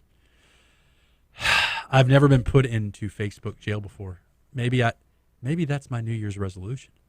What can I do to get into Facebook jail? Would it be hard to get into Facebook jail? Would it be hard to get banned from social media? Would being banned from social media be a healthy thing for my psyche? Probably. Yeah, no, deleting social media is the best thing for you. How long do you think I could go if I deleted all the social media from my phone? How long do you think I could go, Taylor, before I have a breakdown? 2 days. Is this like the sliders competition where I'm writing checks my body can't cash? I think you can go 2 days. I think I could go a week. I think I could go 7 days. I could go forever, but I have a brother. I have multiple brothers, but my oldest brother is basically the guy that's like, I'm off social media. He just not. I'm not talking about he has a profile and he's just not on it. I'm like, he's like eradicated it from his life. Now, I understand. I'm doing a radio show right now that's being streamed on YouTube live. That's being shared on social media. I get it. I understand, and I'm the first to say it. You've heard me say it before. I'm a social media whore. I post way too much stuff. Now, it does, to a certain degree, it does help from a marketing standpoint in my business. It helps in my radio show, the Go Rouge Show. But, I'm just asking questions here. Facebook jail. Taylor at the break was talking about tiger droppings. Now, we don't have to go into the specifics. I'm not on tiger droppings. Yeah. But apparently the folks at tiger droppings also will ban you. Yep. It's happened to me. I'm currently banned. Well, I just created a new account. Which baffles me because it's a message board, right? Well, I'll tell you this, though. I will also say things on tiger droppings that I would never put on social media. I mean, it's an anonymous account. There is no profile picture. Mine is linked to an email address that is a fake email address. So they didn't know that they didn't know that it was Taylor Sharp. No, they don't know who it is. So that's my point. Like look, I literally get on there and troll people, Franz. That's what I do. And for those who don't I've know, ever posted information that people cared about. Taylor, for those who don't know, what is trolling? It's like, you're getting on there and you're posting something to get a specific reaction out. You're trying to elicit a response. You're 100%. You're poking the proverbial bear, right? Oh yeah. Kevin writes, just post something conservative. That'll get you banned. Is that Facebook? Does Facebook ban you if you post like political opinion? They've done it before. I don't know how often they do it. Wasn't there a movement by conservatives to start their own social media platform that kind of fizzled? Is that a thing still? I thought it was Trump that wanted to start his own social media platform. Yeah, Trump was going to start his own. No, they did. It was called I don't remember. Yeah, but people actually downloaded it. I remember, but yeah, it fizzled out. I remember when social media started. I remember when Facebook started, MySpace. I remember when all that started, and now we refer to it as a multiverse, a social media multiverse. Like, huh? Like, people do stupid stuff. They post pictures. Parler, Renee says it's Parler. That was the one. Is Parler still a thing? I don't know. I never got on it. So, I downloaded the app because I was like, what if this becomes a big deal? But I never created an account, and I don't even have the app anymore, so I don't know. Well, so where I get uncomfortable is this. I get uncomfortable with, I say, hey, I'm looking for a new coffee mug. And all of a sudden on Facebook, I start seeing advertisements for coffee mugs. That is creepy. I get it that they're taking my data, my analytics, and using it and selling it. I get all that. But target advertising based on my conversations because my phone is listening, that's creepy. I was texting my buddy about Happy's Irish Pub downtown because it was like a year ago today that we had win or whatever. I started getting social media advertisements for events going on at Happy's. Mm-hmm. How'd that play out? I mean, did you see you saw advertisements for Happy's, right? Yeah, once a day for a week. I'm wondering how many advertisements I'm going to get for pet stores. Yeah. Based on the last 2 hours of conversations. If you're just now tuning in, Franz Borghardt talking with Taylor Sharp, not Swift. No, a little bit different. We're at different levels of life. Hold on. That Swift slip is just like when Kevin called me Hans earlier. It's not intentional. I mean, I don't hate it. Not a big T Swift fan, but there's worse things I could call. Taylor Sharp is a good name. Okay. It's a darn good name. So, Clint writes, if we take a break from social media, does that mean we can't watch the show on YouTube? It depends on how you view YouTube. YouTube has ads. YouTube is YouTube a social media platform? I mean, there are subscribers. I mean, Mornings with Brian Haldane has 99 subscribers. I'm going to admit it. He has more subscribers than the Go Rouge YouTube page, which makes me kind of hurt inside a little bit. So if you're watching or listening, please go over to the Go Rouge page, and because I cannot stand for Brian to have more YouTube subscribers. I never would have thought that. Yeah, I know. So listen. YouTube, I think, is more of a streaming platform, but I will say, yeah. How long could you take a break from social media? How long could you? Taylor's already thrown out there. I could take a break. I could quit. Other than what you have to do for your job, right? I could quit. The question for me is, how long could I go before I have a psychological breakdown? Could I go a week? Could Franzi go 7 days without social media? I think I could. I'll tell you what, you do surprise me at times, because I'll be honest, now that it's over and you've already won, I thought Brian was going to crush you at the Fat Boy 50. Yeah, I was determined. I would have bet every dollar I had on Brian. Yeah. And you killed him. I mean, it was... So you surprise me every now and then. Here's the thing. I believe if we unplugged. So look, I'm the guy, I'm a cigar smoker. It's one of my hobbies, right? It's a horrible habit. I should start smoking weed with a medical prescription. So I'm smoking a cigar, in a cigar shop, and basically I'm watching TikTok videos on Facebook. I'm not on TikTok. I'm just watching the videos. And I blinked, and like 30 minutes had gone by. Because that's how it works, right? You're watching people do stupid stuff, and you're just like, oh, the time's going by. And you're like, where did my time go? Yeah, Debbie writes, is that a challenge? Is it a challenge? I don't know, Debbie. How long do you think I could go, Debbie? How long do you think I could go without social media? Clinton says when he did it for a year or two ago, he felt so much better about not being on social media. I think there's a psychological component to it. I can feel my anxiety go up, my blood boiling. I would not have read about the pug story today if I wasn't on social media. And while, yes, I needed to fill 3 hours of content today on the radio, my life would have been perfectly fine not knowing that some crazy dude killed 2 pugs because he was drunk and pissed. Byron writes, if you went cold turkey on social media, I predict you would hang about 40 new mirrors in your home. That's not nice, Byron. You know, mirrors are, by the way, Byron, mirrors are a home decor. I mean, having mirrors instead of wallpaper is a thing. I mean, it's not just strip clubs. It's a thing. So if you're just now tuning in, this is going to be the last time I'm probably ever allowed to be on the radio. I'm going to be canceled just like Tiger Droppings canceled Taylor. They did, man. Yeah. I'm good now. I got a new account, fake email address. Well, and here's the question. YouTube, we stream on YouTube. Can YouTube ban you for something you comment in the chat? If Kev is out there, if Kev is a real soul, and Kev makes an inappropriate post in the chat thread, can YouTube step up? Can someone complain? I don't know the answer. I don't know the answer to that at all. You know, I'm not sure. Like I could delete the comments because I'm an admin for this page. YouTube itself, I don't know.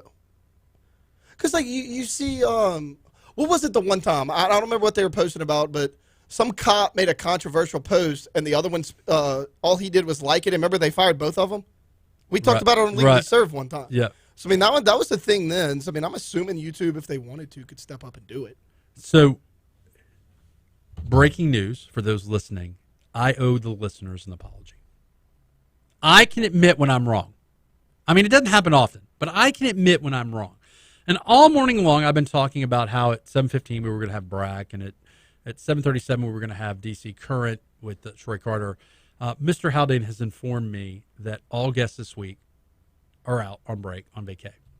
So we are just going to fill this time. Oh, I'm so excited. That's more time with just me and you, the audience. We do have some guests coming up. We have Nancy Little from the Greater Baton Rouge Arts Council. I'm not done talking about this social media thing, though.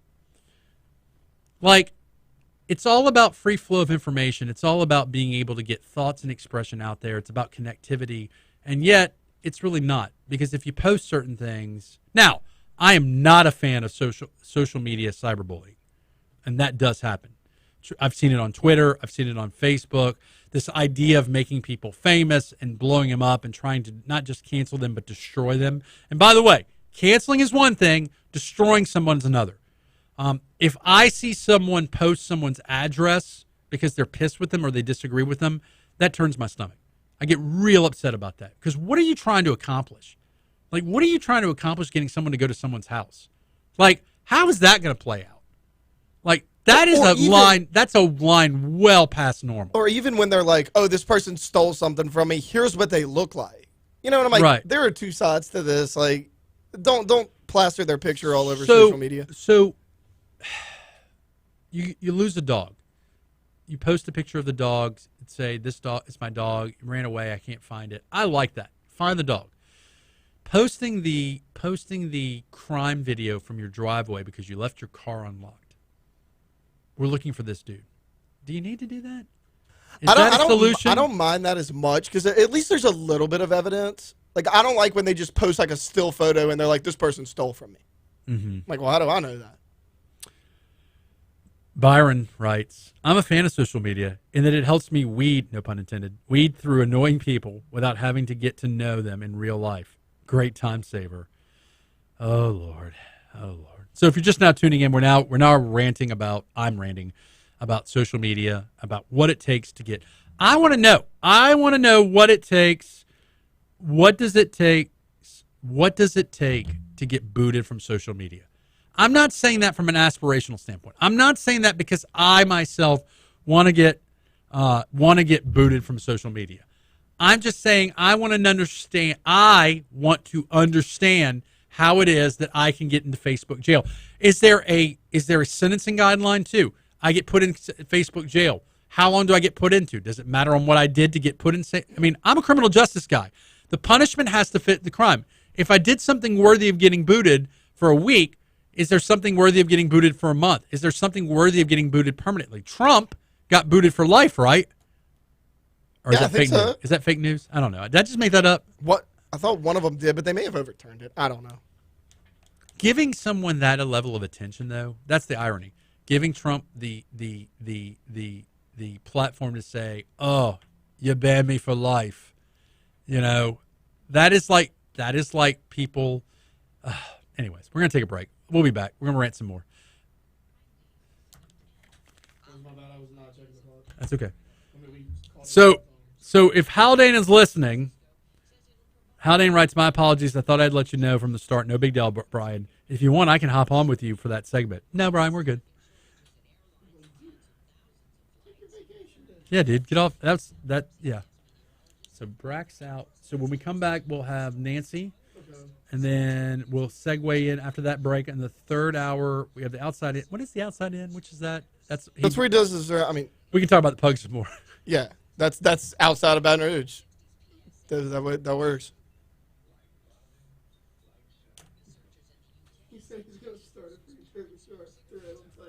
I love it. Please don't do that. Don't. You ever make things worse when you thought you were making things better? 100%. 100%.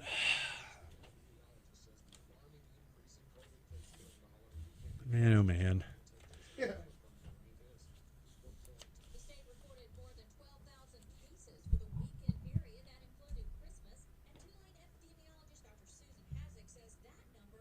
I'll tell you what, Byron, if you wanted to hang 40 new mirrors in my home, I'd be down. Where'd you put 40 mirrors? Back to back to replace wallpaper. Yeah. This whole wall mirrors.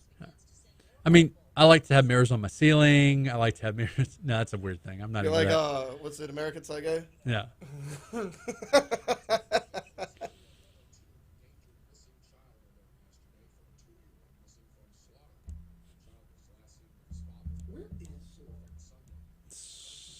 Isn't that Livingston Parish? No, I think it's like west of West Baton Rouge. I don't know where the hell it is. I could not tell you. Hold on. It's somewhere. Zachary? It's decently close. Maybe north of Zachary. I want to say it's like northwest of you, maybe.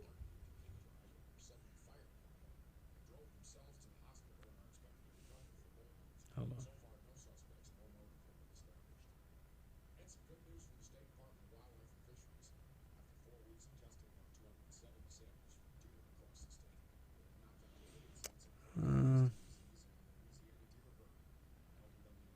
So it looks like it is north of Copper Mill. Yeah, it's north of Zachary. Yeah, that's what it looks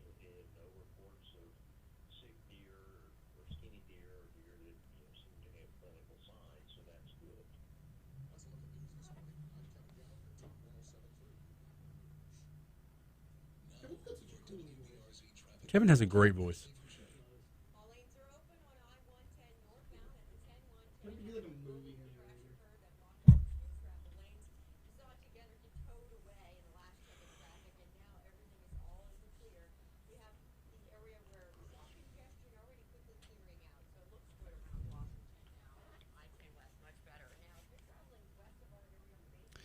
I'll tell you one thing, Kevin.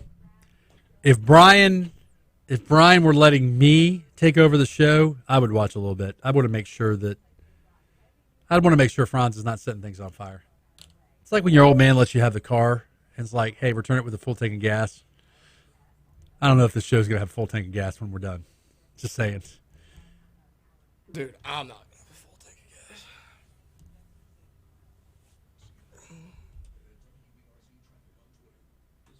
Nancy just called it, and it went to voicemail. 225-499.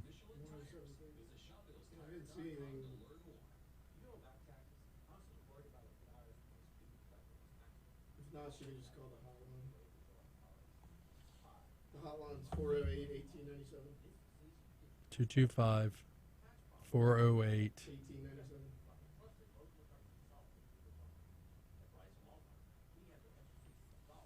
There's Talk 107.3.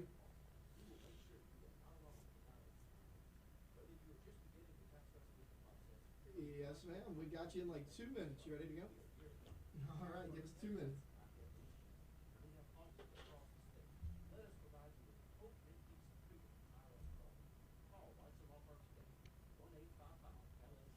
I agree, Clint.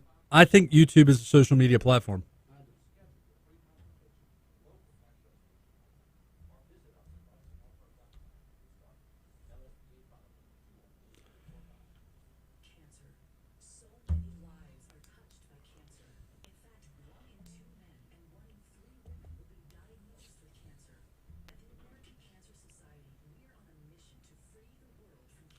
Dull without shark.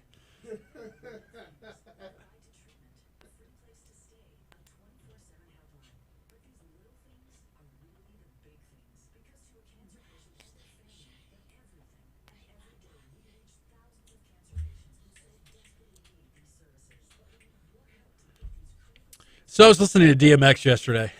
Okay.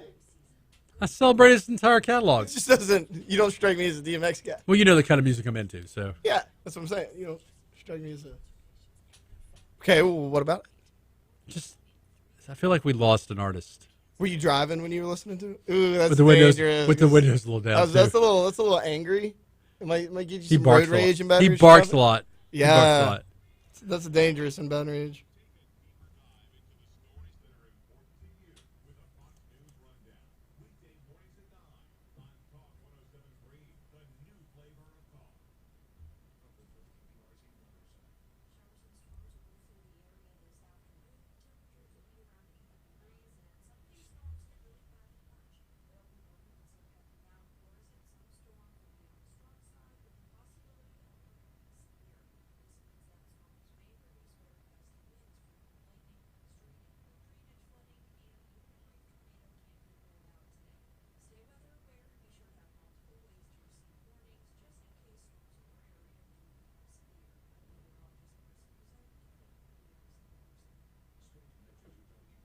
All right, here we go.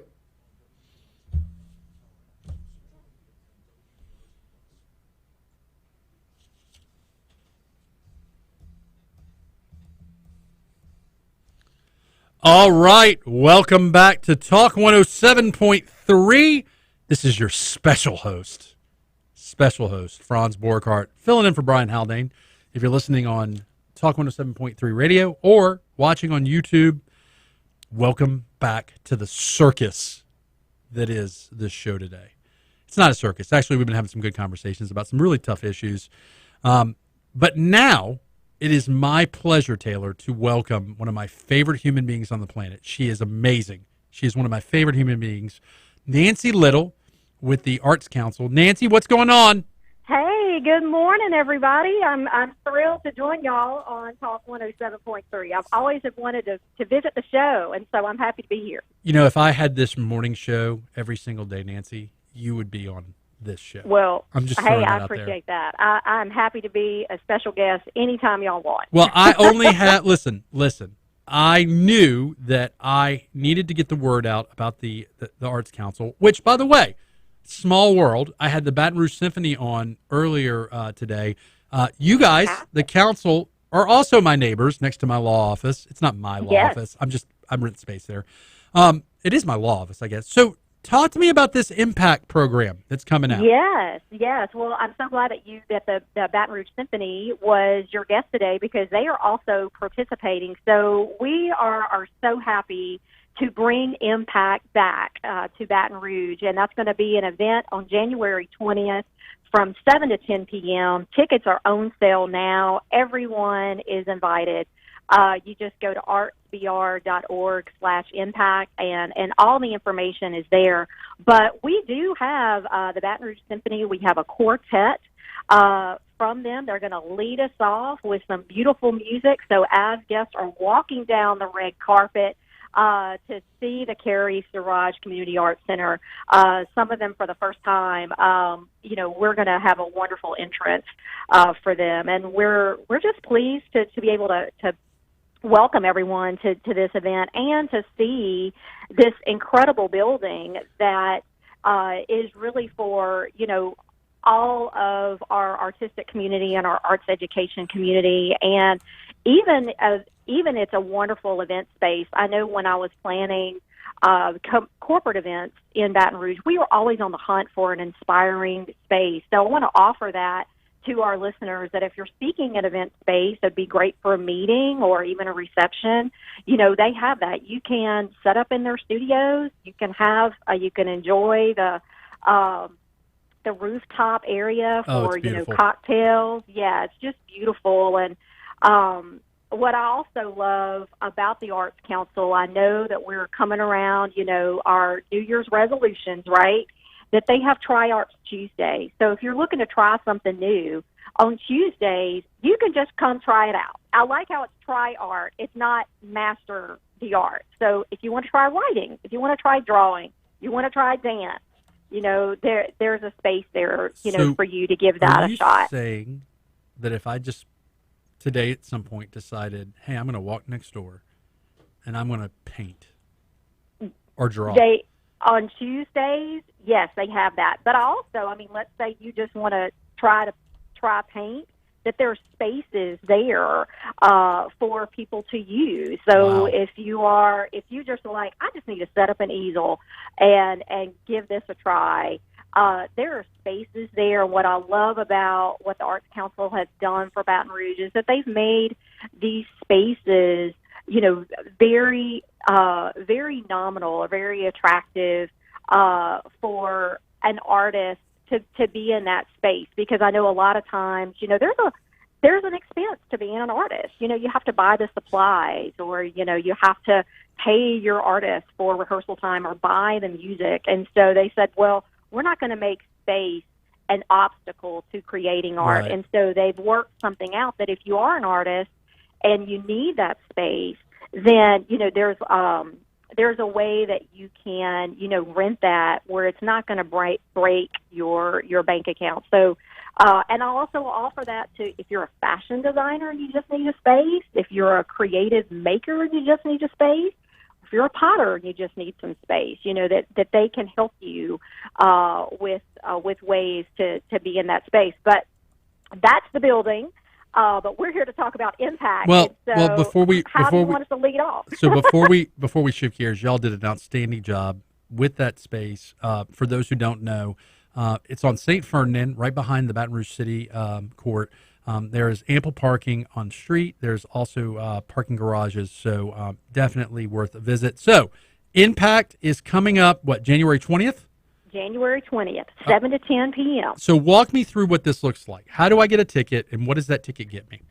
Sure. So you can buy tickets online through artsbr.org/impact. So that's the Arts Council's website, and you just go to events, and you'll see Impact there. Guarantee is a media partner of us and for this event, and we're so pleased to have that. But yeah, you can just get tickets online there. It's also on Eventbrite. What's the dress? What is the expected dress for this? The expected dress is, Impact in the past has been, wear your white. So we're now in winter. We're inviting everyone to wear their winter white. Winter white. Oh, tell me more. Yeah, so wear your winter white and just come on. But I don't want that to be, if you're looking in your closet and you're like, I may not have a winter white. Let me say this. I have gone before, and it's okay not to dress the part. It's okay. Yes, you won't be. In fact, some people just do a white tie. Some people just do a little bit of white sneakers. You don't let that be an obstacle. Exactly. We want you there to celebrate with us. Mm-hmm. And so tickets are $125, okay. But because Guarantee is a media partner, we have a little, promo code, Friend of the Arts, and that'll give you a little bit of a friend of guarantee discount. But just, go to the website. So what do you get? You get food and art and fun. So because we're planning during a pandemic, a lot of the activity, Franz, is going to be outside. So we've got the Chewies band. Awesome. So everybody that loves the 80s music, with open bar. So we have LaBerge, Matador, vodka, 3-roll estate, rum, that they are going to be there running the bars. So you can pretty much, if you want a glass of wine, if you want some champagne, if you need a little rum or you need a little vodka, we got you. And we also are so thankful to Crescent Crown and Coca-Cola that are providing some seltzers and some Coca-Cola products. So those that may be, starting those New Year's resolutions out right and just saying, I'm going to drink sparkling water or non-alcoholic things, we got you. There's a little bit of something for everybody. There's a little bit of something for everybody. Thank you. That's exactly what I was trying to say. But for those that are like, I'm not starting my diet yet, we got you. So I'm so excited about the food that we're offering. So ProMove, by the way, ProMove, as someone who's attended Impact in the past, is you get the ticket, you go to Impact, have a blast, and then maybe go do some other downtown stuff. Yes. All right. So, get you a little food, get you some beverages. Tin Roof. You can wash down your wonderful food with some Tin Roof beer. And, so we have LaBerge Casino that is, we've reached out to our Baton Rouge area restaurant, and they are coming out, and we are thrilled. So LaBerge is bringing 4 of their dining concepts. And we also have Strubies that are bringing you their fantastic egg rolls. I love to get those as appetizers. We have a award-winning chef, Desi Dorada Kitchen. I know, Franz, you like seafood. I do. Correct, fish and seafood. I'm a pescatarian, Nancy. You know. You're a pet. I know. So so they're going to do barbecue shrimp with smoked Gouda grits. Amazing. Mestizo's coming out. They're going to have this amazing graffiti table that they're set up on. And I want to say that they're doing some tamales. But if you're a vegetarian and you're like, Nancy, I don't do that, we're going to have some butternut squash soup. I want to say that Overpass Merchant, they're participating. They're doing that. We also have Soji Modern Asian, unique cuisine. Soji. Have you eaten Soji? Have you eaten Soji? I have not had the pleasure. Oh, Nancy! On January 20th, hey, I'm gonna go get a little tasty taste. Well, I'm glad you're gonna be. I'm glad you're gonna be attending as well. Yes. So we've got about 2 minutes, Nancy. One more time, Impact. If I want to get tickets, I want to use that promo code Friend of the Art, right? Friend of the Arts, and you can go to artbr.org/impact. And you can get your tickets, or just if you go to Eventbrite and search Baton Rouge, you will see it there. But I suggest going to the Arts Council's website and checking on events, because that way you can see everything that they're doing. They are quite busy. And then, come check out DJ Marquis is going to be in the Black Box, Colombian Latin Jazz Jam. Bayou Cirque's going to be there. So there's going to be something for everybody, Franz. So I really hope Baton Rouge is going to come out and celebrate with us. Well, we thank Nancy Little for joining us to talk about the Impact event, January 20th. Get your tickets, guys. This is a great event. Nancy, what we'll try to do is we'll try to get you on for the Go Rouge show as well. I would love that. It was short notice today, but you stepped up like a champ. And for those who don't know, Nancy is committed, and the Arts Council is committed to improving the arts in our community. We've been talking earlier in the show about why Baton Rouge can't have nice things. You guys, again, exception to that rule. Very excited about the new building. I need to just come over to the building space. Tell Renee, tell your folks. I'm just going to walk over and have some hot tea with them, because I'm literally next door to you guys every single day. So come drink some tea and do a Try Arts Tuesday. I love it. Thank you, Nancy. Have a great day. Thank you. You too. Well, we're going to take another break. When we come back, we're going to talk about some more. We're going to talk more about me, more about Franz. We're going to be back in a short second. You are listening to Mornings with Brian Haldane. He's on vacation, but candidly, let's just be honest. You don't want him to ever come back. You just want me to take over. It's okay. I'll be right back. Okay, I'm going to go here. Stanley, I love you, dude. You are a nice guy. I don't drink. I am what they call an alcoholic. But Apple Crown, dude, Crown Apple, come on, man. Don't be, you're better. Stanley, you're better than that. You're better than that.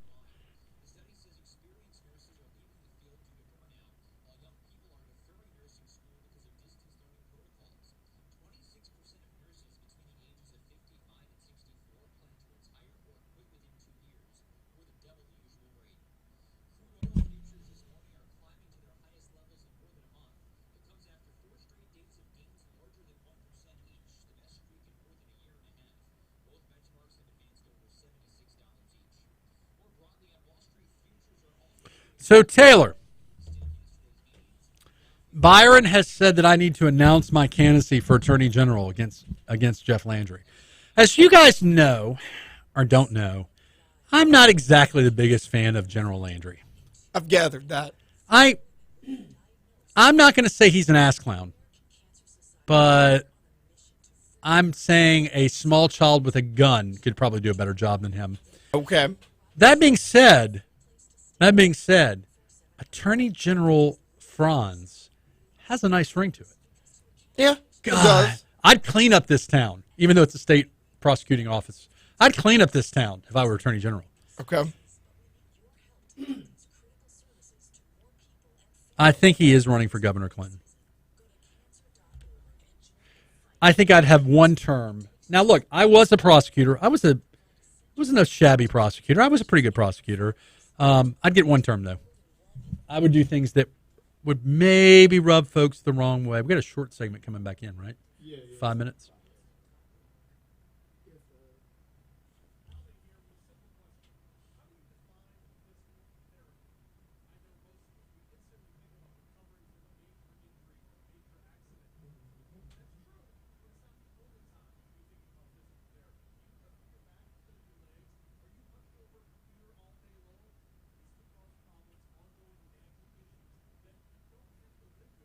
I think you should do it.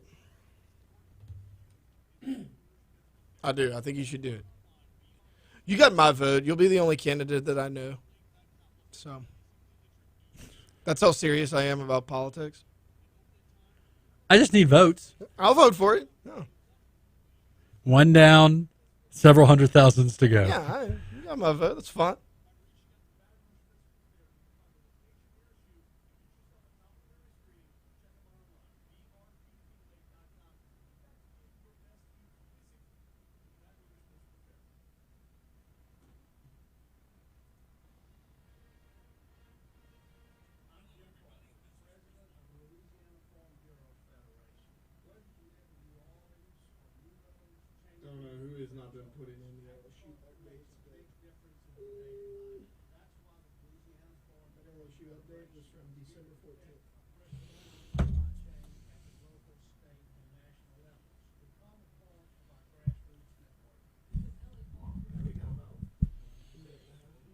So, Galen, that poses a question. Galen said, I thought firing Carl Dabadie was going to solve the crime problem in Baton Rouge. Does the Baton Rouge chief of police have much to do with the crime problem? Well, it depends, right? Are we talking domestic violence? He has nothing to do with that. Are we talking about impaired driving? Well, you can make arrests for that, but making arrests for that doesn't stop people from driving impaired. Does it stop the murders? I don't know. I'm not saying you're wrong. Your point is well made. I just don't know how much we can attribute the success or lack of crime by just the chief of police.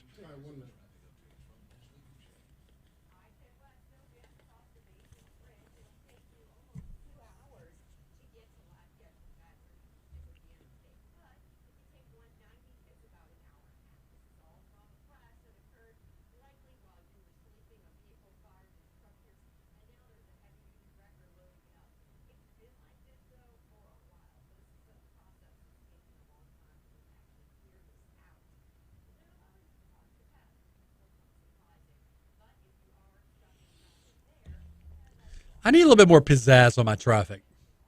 She doesn't really, I didn't feel like her heart is in it. These TVs are off, by the way. Yeah, I don't know why. Okay. I turned them on yesterday before I don't use them. Well, that one just has like a big clock.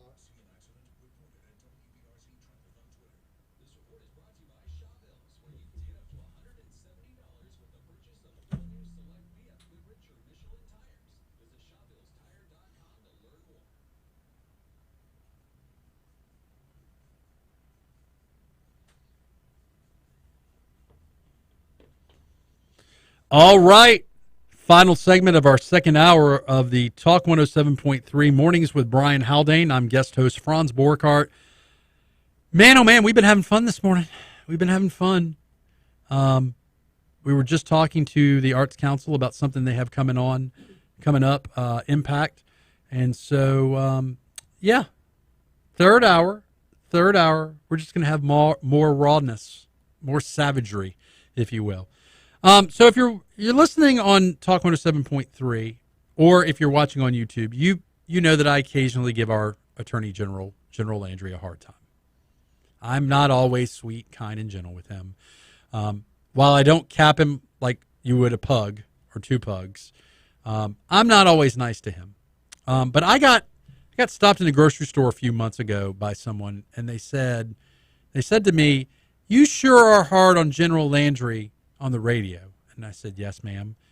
And she goes, "Do you think you could do a better job than him?" And it was, I'll never forget it, Taylor. It was the pasta sauce aisle, whatever aisle that is, the canned sauce aisle. Aisle 4, I'm going with. Yeah, aisle 4. No clue what store you were in. Sweet lady, the sweet Karen. I looked at her and I said, "Actually, I do think I could do a better job than him. Thank you for listening." And I walked on. But that's really got me thinking. Could I do a better job than Jeff Landry? I mean, if the criteria is handling a whole bunch of stuff in other states and not doing your job at home, well, I cannot do my job. That I can clearly do. Could I do a good job enforcing the laws of Louisiana through prosecutorial efforts? I could do that. I was a prosecutor once. I mean, unlike some people, I've actually tried cases on both sides as a defense attorney and a prosecutor. Not saying that he hasn't tried any cases, but I'm pretty sure I've probably tried more cases. I've done more lawyering, if you will. So when the nice, sweet Karen asked me in the grocery store, which was kind of creepy, I'm going to just say this. If you see me in a grocery store and I'm just trying to figure out which pesto sauce I'm going to buy, don't come at me like a spider monkey. I got reaction skills. She's lucky she didn't get kung fu kicked. But if you come at me like that Karen, I'm going to keep it real. I think I could do a better job than the Attorney General. I'm sorry.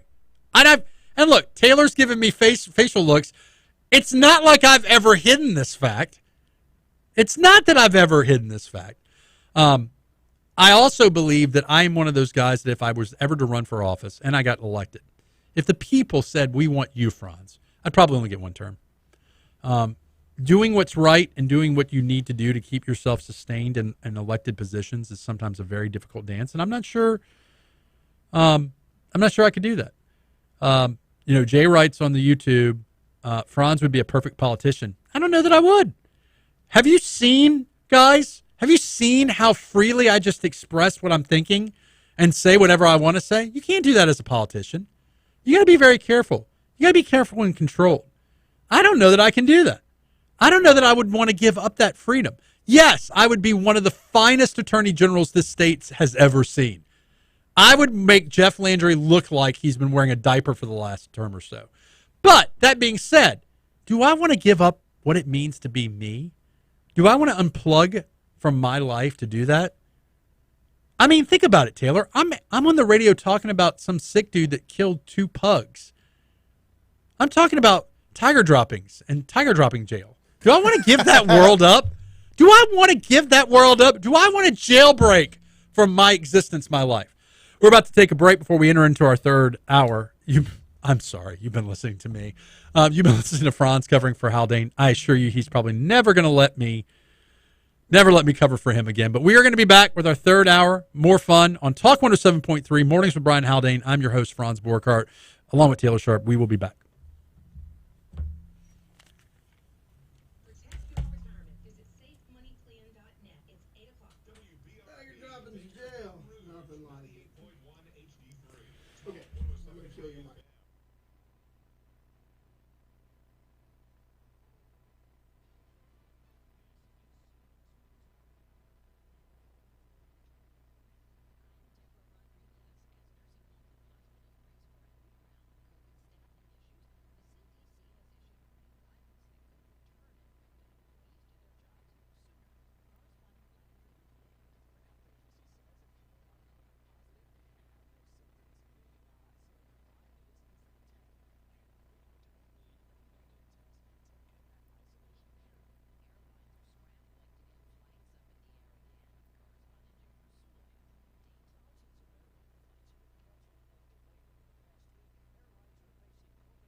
What is the purpose? What's the goal?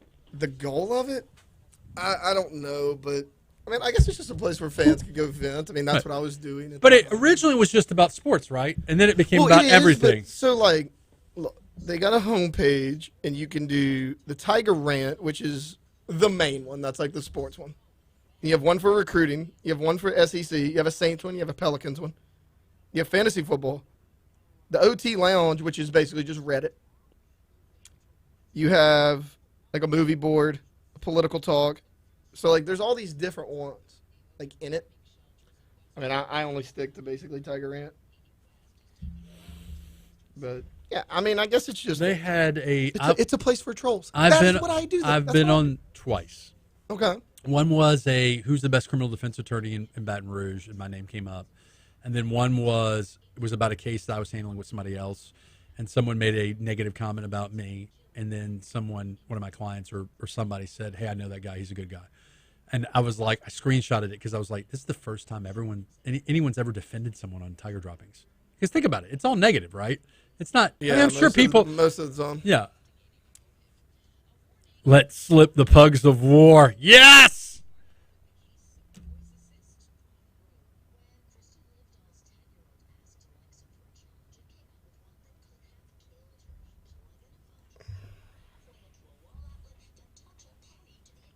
What?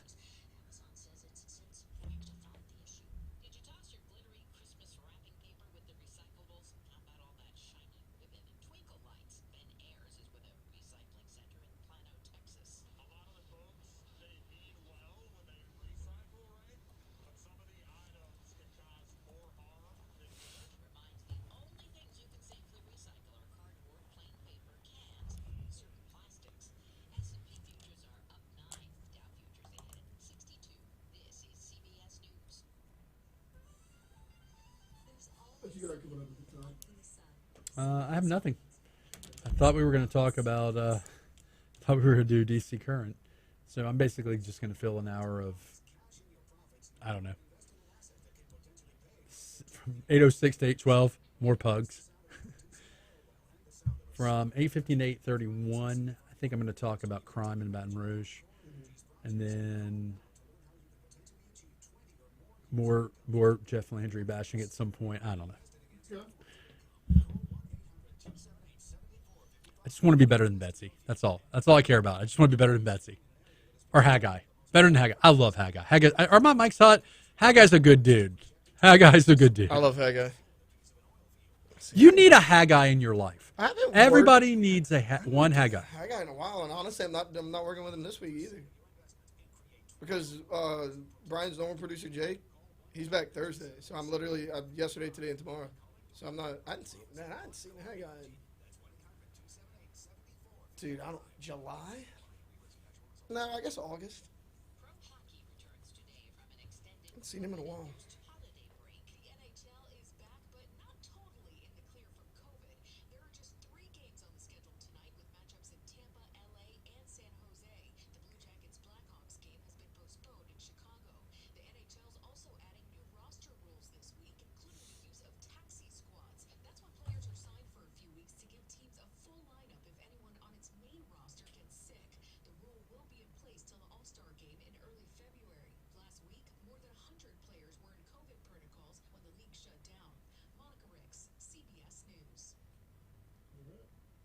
Coming back? Yeah, we got a minute. Traffic update from Ashley from Shay.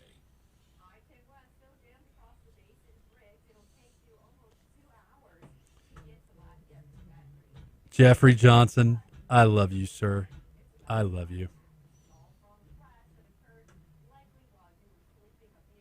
What does a campaign for AG look like? What do you think that costs? About $150,000, $200,000? Yeah, probably. I mean, could I run on I'm better than the last guy? That works sometimes. It does work. Sometimes I'm better than the last guy works. I mean, think about if a lot of people don't like him, I'm not him. Yeah. Hey, could be worse. I could be that guy. Exactly. Yeah, that works.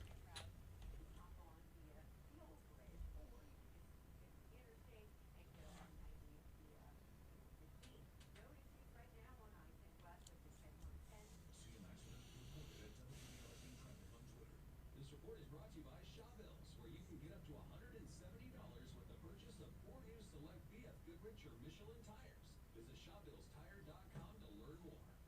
Let's get it, man. I love this song.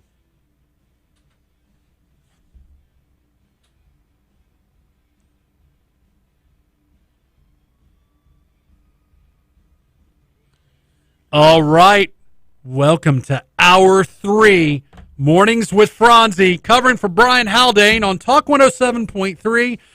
If you're just now tuning in, you've missed some stuff. You've missed some stuff. Franz Borghardt declares his candidacy for Attorney General on a platform of, I'm better than the last guy. No, I kid. So this hour, Taylor, we're going to tackle the crime issue in Baton Rouge. So I am a criminal defense attorney. I have also been a prosecutor. I have put people in Angola, both as a defense attorney, and I have put people in Angola as a prosecutor. I want to take this hour and devote this hour to the crime issue in Baton Rouge. Specifically, and again, we've been talking about the blame game today. People want to blame things on elected officials. They want to blame it on the chief. And I want to start there. Whose fault is it that the crime is where the crime is in Baton Rouge? Can you attribute that to leadership? Can you attribute that to a chief? Can you say instead some of the crime we're seeing, domestic violence, that is senseless violence that it doesn't matter who the chief is or chief was, it wouldn't matter. We're still going to have it. I mean, that is where I want to start. Violent crime happens. Could you have predicted that in Central, and now we're talking about Central, not Baton Rouge here, could you have predicted in Central that some dude was going to get drunk, get refused to have sex with his girlfriend, and then kill her pugs? Shoot the pugs. You can't predict that kind of behavior, right? It doesn't matter who the chief of police in Central is. It wouldn't matter. Those pugs are getting capped, right? Okay, capped is not the right word. It's the right word. They're getting slain. Okay. Murdered. Pugicide. So that being said, Galen just gave some. Taylor hasn't lost any skills. He hasn't lost any skill. Oh, he's saying you have not lost your skills. Yeah, Galen was giving you a compliment. I take that back. Oh, thanks. I was about to be really offended. I was like, come on, Galen. He's doing a great job. So, point being, how much crime is crime because it just happens because it's the nature of human beings, and how much crime is preventable by our elected officials? We have one of the best district attorneys in the city, in our history, and there's still crime. You can be the best district attorney. You can be the best mayor. You can be the best chief. You can be the worst attorney general in the history of Louisiana. Do we attribute the crime to you? I don't know. I don't know that. I'll say that some of the crime, the drug-related crime, the buying and using of drugs, that's an addiction issue, or that's just a drug use issue. The selling of drugs, you probably can prevent some of that, okay? The domestic violence, I don't know how you stop domestic violence. And don't tell me, and Brian and I have argued about this. Brian's not here to defend himself, so I'm going to wait to talk about this tomorrow when we have Richard Sprinkle in studio. But Brian and I have argued GPS monitoring devices do not stop crime. There's no mechanical device that stops you from doing crime, except if you refer to a prison as a place to stop crime. And the problem is you can't put everybody in prison and throw away the key. You just can't do it. The system doesn't allow for that. So Stanley Johnson writes on the chat thread, people are their own problem. I got to tell you, Stanley, you ain't wrong. Debbie writes, environment is the base. I don't necessarily disagree with that either. Would making education better? Would making opportunity better? Would that help the crime issue in Baton Rouge? Would the economics, job availability, would that affect the crime? Well, yes and no. Some of the crime is going to happen regardless of how good the schools are. We've got kids going to really good schools that commit crimes. Okay? And by the way, we live in a culture now where we don't have to worry about the quality of education alone. We got to worry about other kids bringing guns to the school and shooting up the school. And we got to worry about the parents not teaching the kids or not stopping the kids from doing stupid stuff like that. It's a very complex situation, very complex world we live in. Deep breath. What are the solutions to these problems? I don't know. I think one of the solutions is electing Franz Borghardt as your next attorney general. No, I'm joking. I kid. I just don't know. And somebody pointed out earlier. I think it was another listener said that, you know, when we fired Chief Dabney, that was going to solve the crime problem. Well, we still have crime. We still have good cops and we still have bad cops. We have good humans and we have bad humans. Sometimes it feels like elected officials are just saying what they want to say to get elected, but they have no realistic solution. Have things gotten better in Baton Rouge? I don't know from a criminal justice standpoint if things have gotten better. It feels like things have gotten worse, but the pandemic has shaped that as well, hasn't it? So I'm just asking questions. I'm just asking questions. I don't have solutions. I'm just asking questions. So we're going to hit a break. We're going to come back and talk more crime. You're listening to Franz Borghardt and Taylor, Talk 107.3. We'll be right back.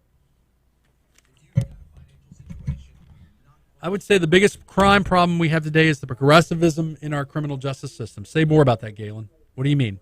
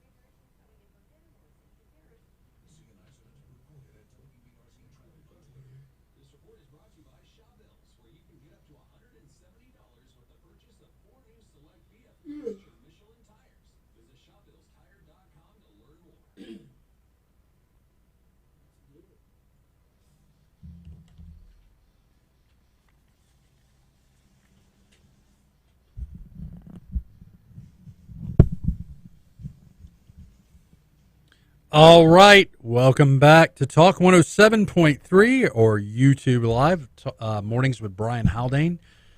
This is your host, Franz Borghardt. Franz Borghardt is in charge. We've just been talking about the crime problem in Baton Rouge. We've been talking about what we can actually do to fix it. One of the listeners wrote, I've been saying it for years, he says. Politicians want to be celebrities and celebrities want to be politicians. Neither of them give a poop about helping others. Well, I don't know if I agree with that. I think there are some politicians that are elected that do want to help and do want to make the world a better place. But they're simultaneously interested in what? Staying elected, being elected. Which is it's like, do they do what's best, or do they do what's best to get reelected? What's interesting philosophically is some of the elected positions, like Attorney General Landry, gets paid a good salary to be Attorney General. You won't be quote unquote rich doing that, although, well, I won't finish that statement. You won't be quote unquote rich, but you can certainly be a celebrity. And in fact, you can be a celebrity on a national stage, even if you're a state elected official. My issue is it's when you care more about getting reelected than doing your job. Do your job. I mean, I don't know a lot about NFL football, but I think I heard once that the Patriots have a sign in like the locker room or something that says that the team motto is "Do your job." Just simple. Do your job. Like, and by the way, we all have jobs to do. You don't have to love your job. This idea, this belief, this fiction that you have to be in love with doing what you do. I mean, I found a gig I love doing. But let's say I was shoveling poop. If that's what I had to do to provide for my family and to pay ends meet, I don't have to love that, but it's my job. If you run for an office and you take it from somebody else, you run for an office and you get elected, you have an obligation to do your job. The people that voted for you and the citizens that you serve, you have an obligation. I don't know. Eric H. writes, I would have gotten up early if I would have known Taylor was in. That's kind of creepy. Man, y'all stop with the flattery. What's going on today? I think what the listeners are trying to... Franz, I only slipped you $20 to be nice. I got to slip you a little bit more because this is over the top. Listen, all I'm saying, Taylor, is the people, in a democracy, the people vote and they speak. And they've spoken. They like them some Taylor Sharp. By the way, Taylor... I like being here. If you want to listen to you do other stuff. If you want to listen to you, where can I listen to you on the radio? I mean, I'm not on a ton now, just because. So I do video producing now, which is like way harder than this. So if I look handling this guy is not. If I look a little bored over here at times, it's because at ESPN I got like 6 monitors and I'm throwing stuff all over the place. But it's also your listening. No, I produce Hunt and Hill, noon to 3 ESPN. Okay. Do you miss? I mean, you love doing that, right? I mean, that's. Yeah. All right. So you got a job. You got a job you love doing. Sure. Right. Do your job, man. Just do your job. That's all I'm saying with our elected officials. And look, I get it. You get elected. You're in that limelight. You're a celebrity. You have higher aspirations. Look, you got elected attorney general. You want to be governor. I get it. I understand. Just do the basics of your job, though. Just do the basics. I mean, if you're going to be a no-talent clown, be a no-talent clown with pizzazz, if you will, with fervor. So, if you're just now tuning in, this is Franz Borghardt, local Baton Rouge attorney, covering for Brian Haldane. Some of you guys were talking about we were talking about what Taylor does. I am generally on Brian's show on Wednesdays for Legally Served. I also sometimes do Fridays as well.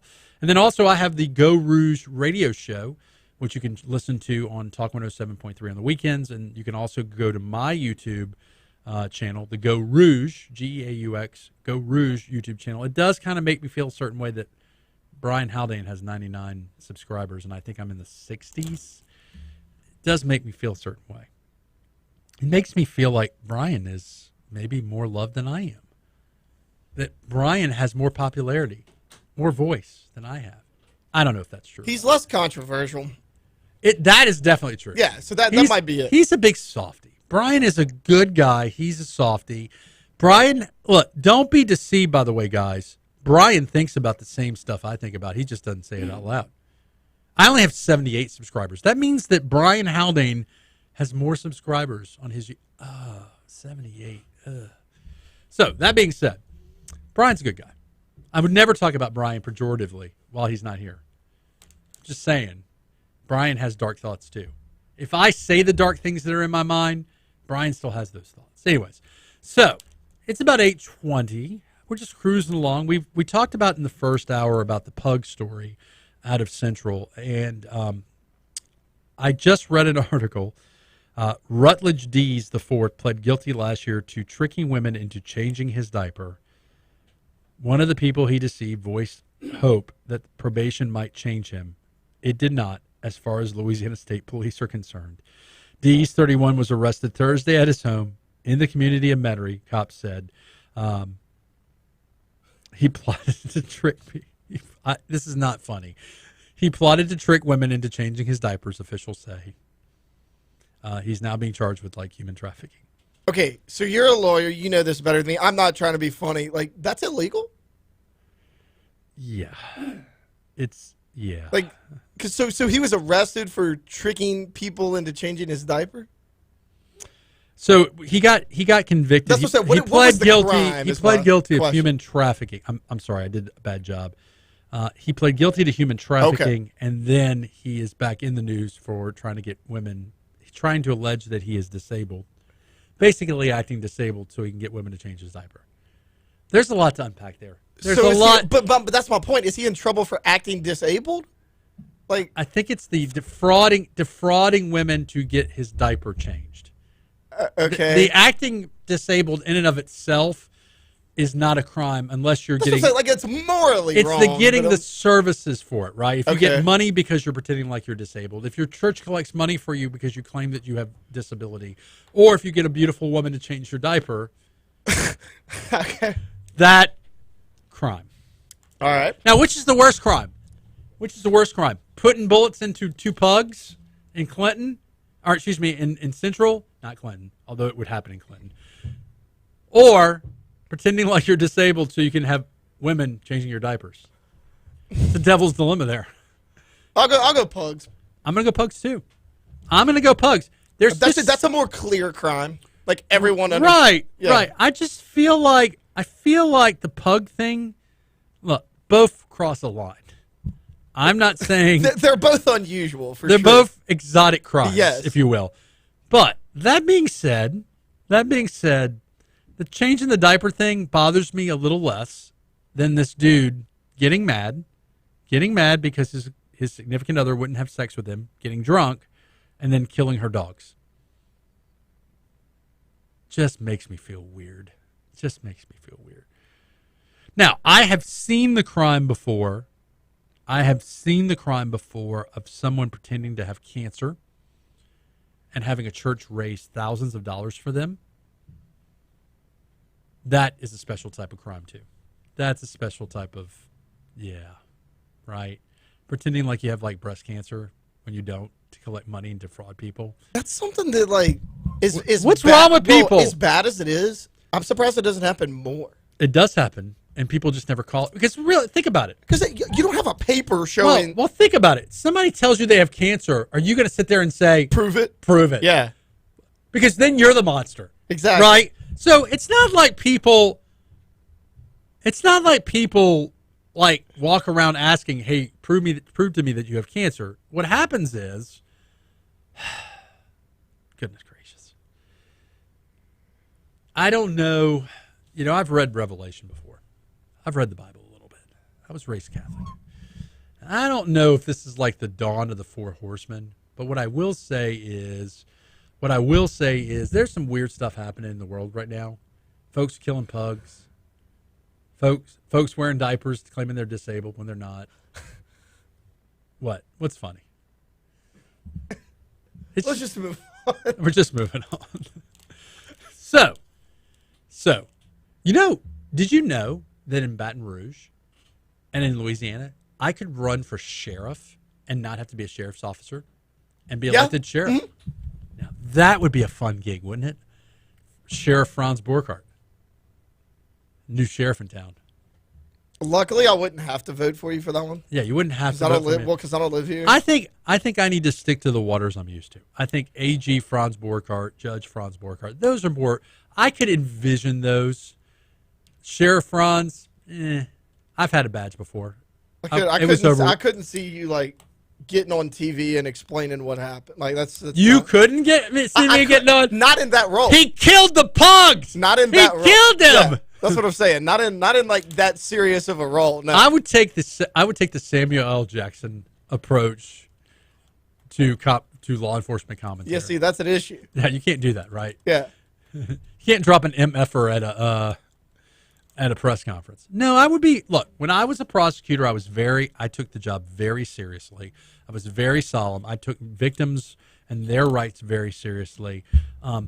And most importantly, Taylor, lest we forget, I had a job to do. I did my job.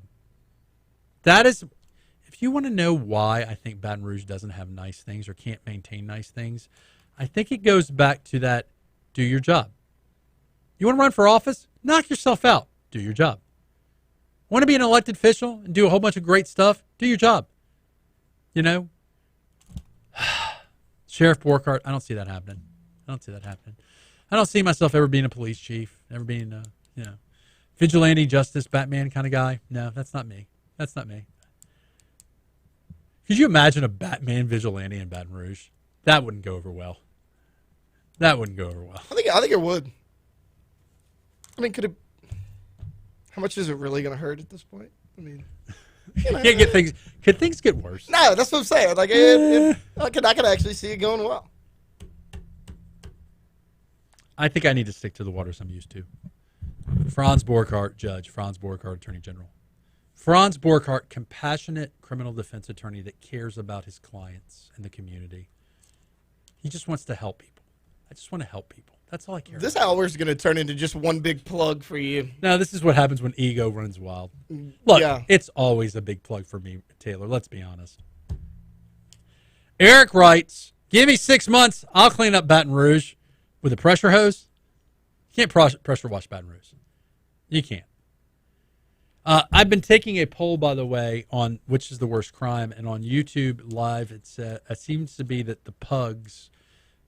killing the pugs is, in fact, the worst crime in the world's view than to dress up like a disabled person in a diaper and asking a woman to change her diaper.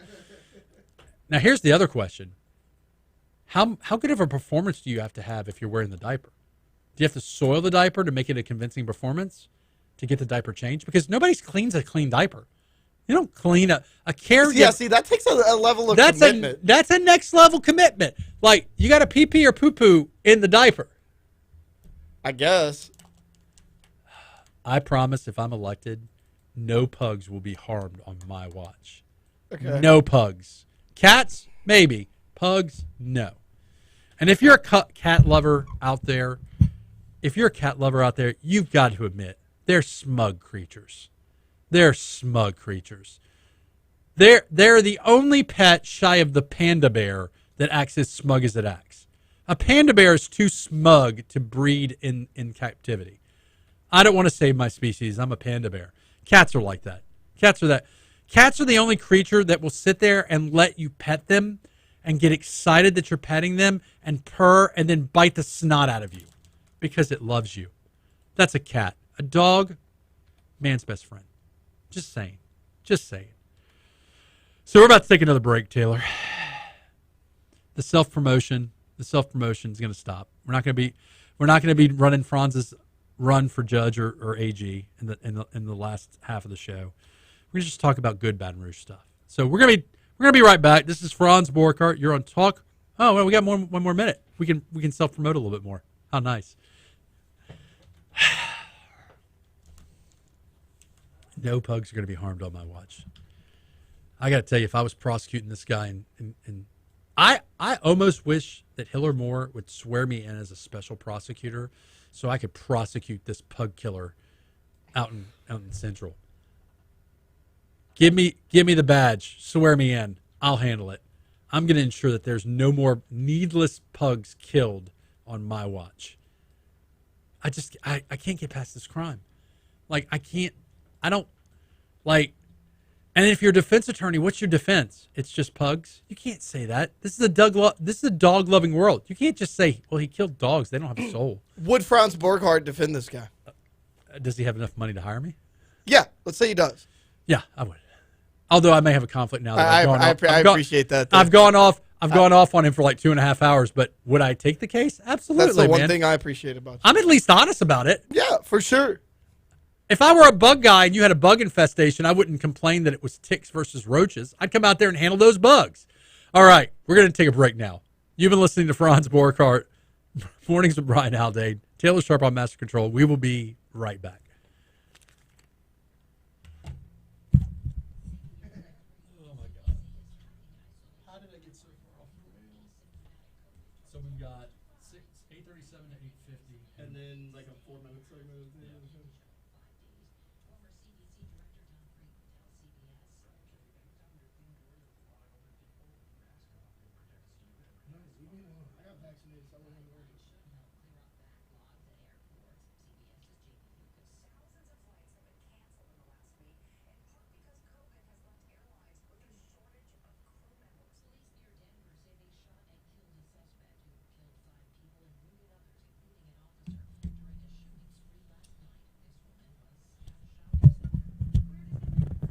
Eric writes, bipolar chicks are like that, Franz. Ugh.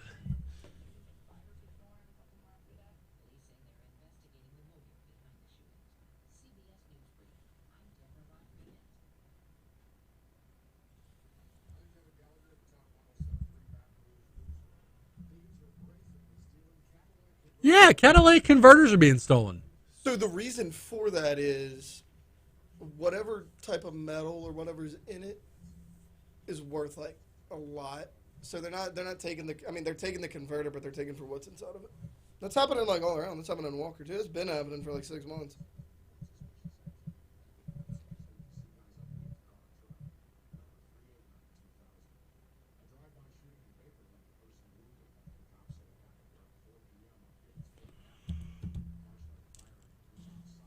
No, the car didn't start firing. The first thing started.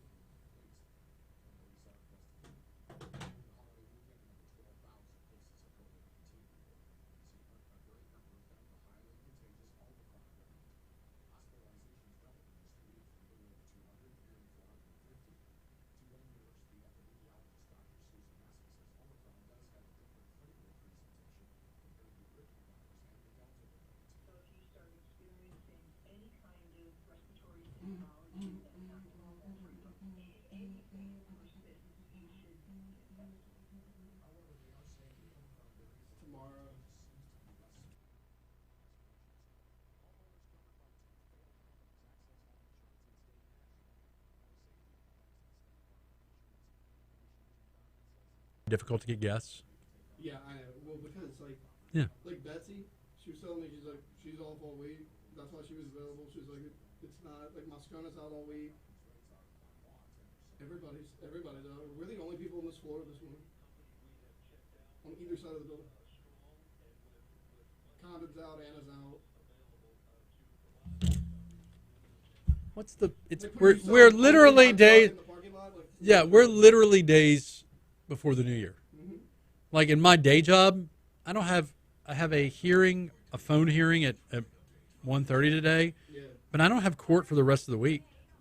Well, and everybody took because the vacation days guarantee they don't carry out. I mean, some of them do, but a lot of them take that vacation day the last week before the new year so that they could, they want to use all their vacation days. So.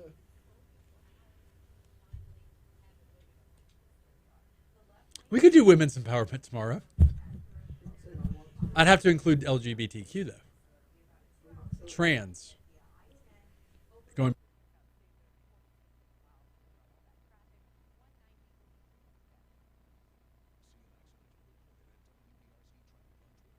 Just happy to be here.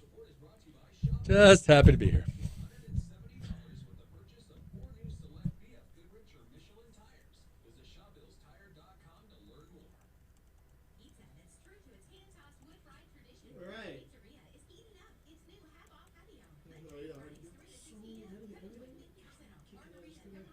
You do a great job. And it probably is exponentially easier to just deal with. It's like I'm better at this now than I was before because okay, up there you have your video board. And then you ever watched AFR on TV? Mm-hmm. Go see the TV. They'll do it they'll do that on the TV at the cigar shop. Yeah. So all those TVs in the back, all 5 of them, I control those. Control the camera angles. Is that difficult?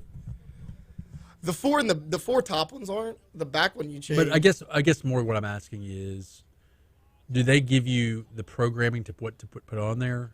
Like, is it? No, I pretty much pick the big TV. Okay. The big TV is picked. The four at the top are like advertisements. So yeah, but yeah, I mean, dude, you're running around with a freaking Tom because like every segment you have to have something ready and you have to switch it. Yeah, like. Well, it's also bigger money, right? Yeah, like this. It's just easy, dude.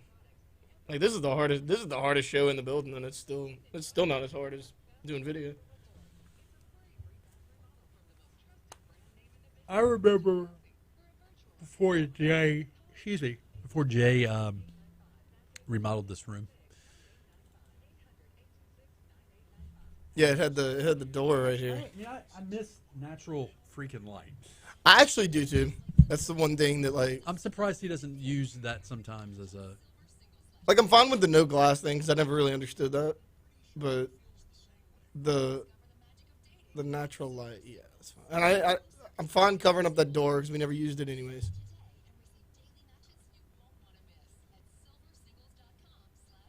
But yeah, I like natural light.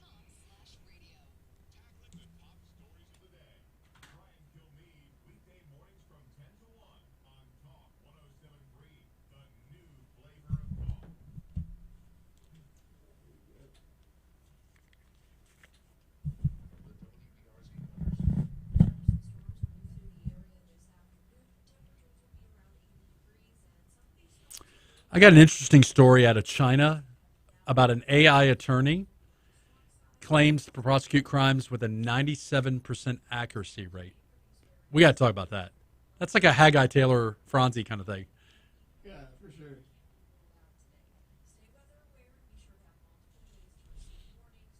RoboCop.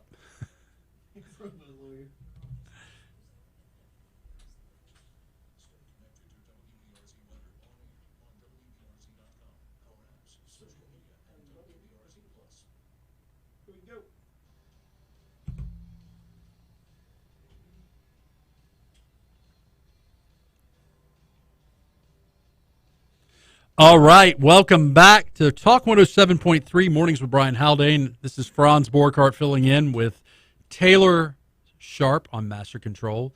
Getting the band back together, man. Taylor and Franzi, mornings. Love it. Hey, listen, if you think I should have my own morning radio show, either on Talk 107.3 or, ESPN, because I know so much about sports, just let the folks at Guarantee Broadcasting know how you feel, and maybe it can happen. Maybe not. I don't know. So listen. We got about 2 segments left.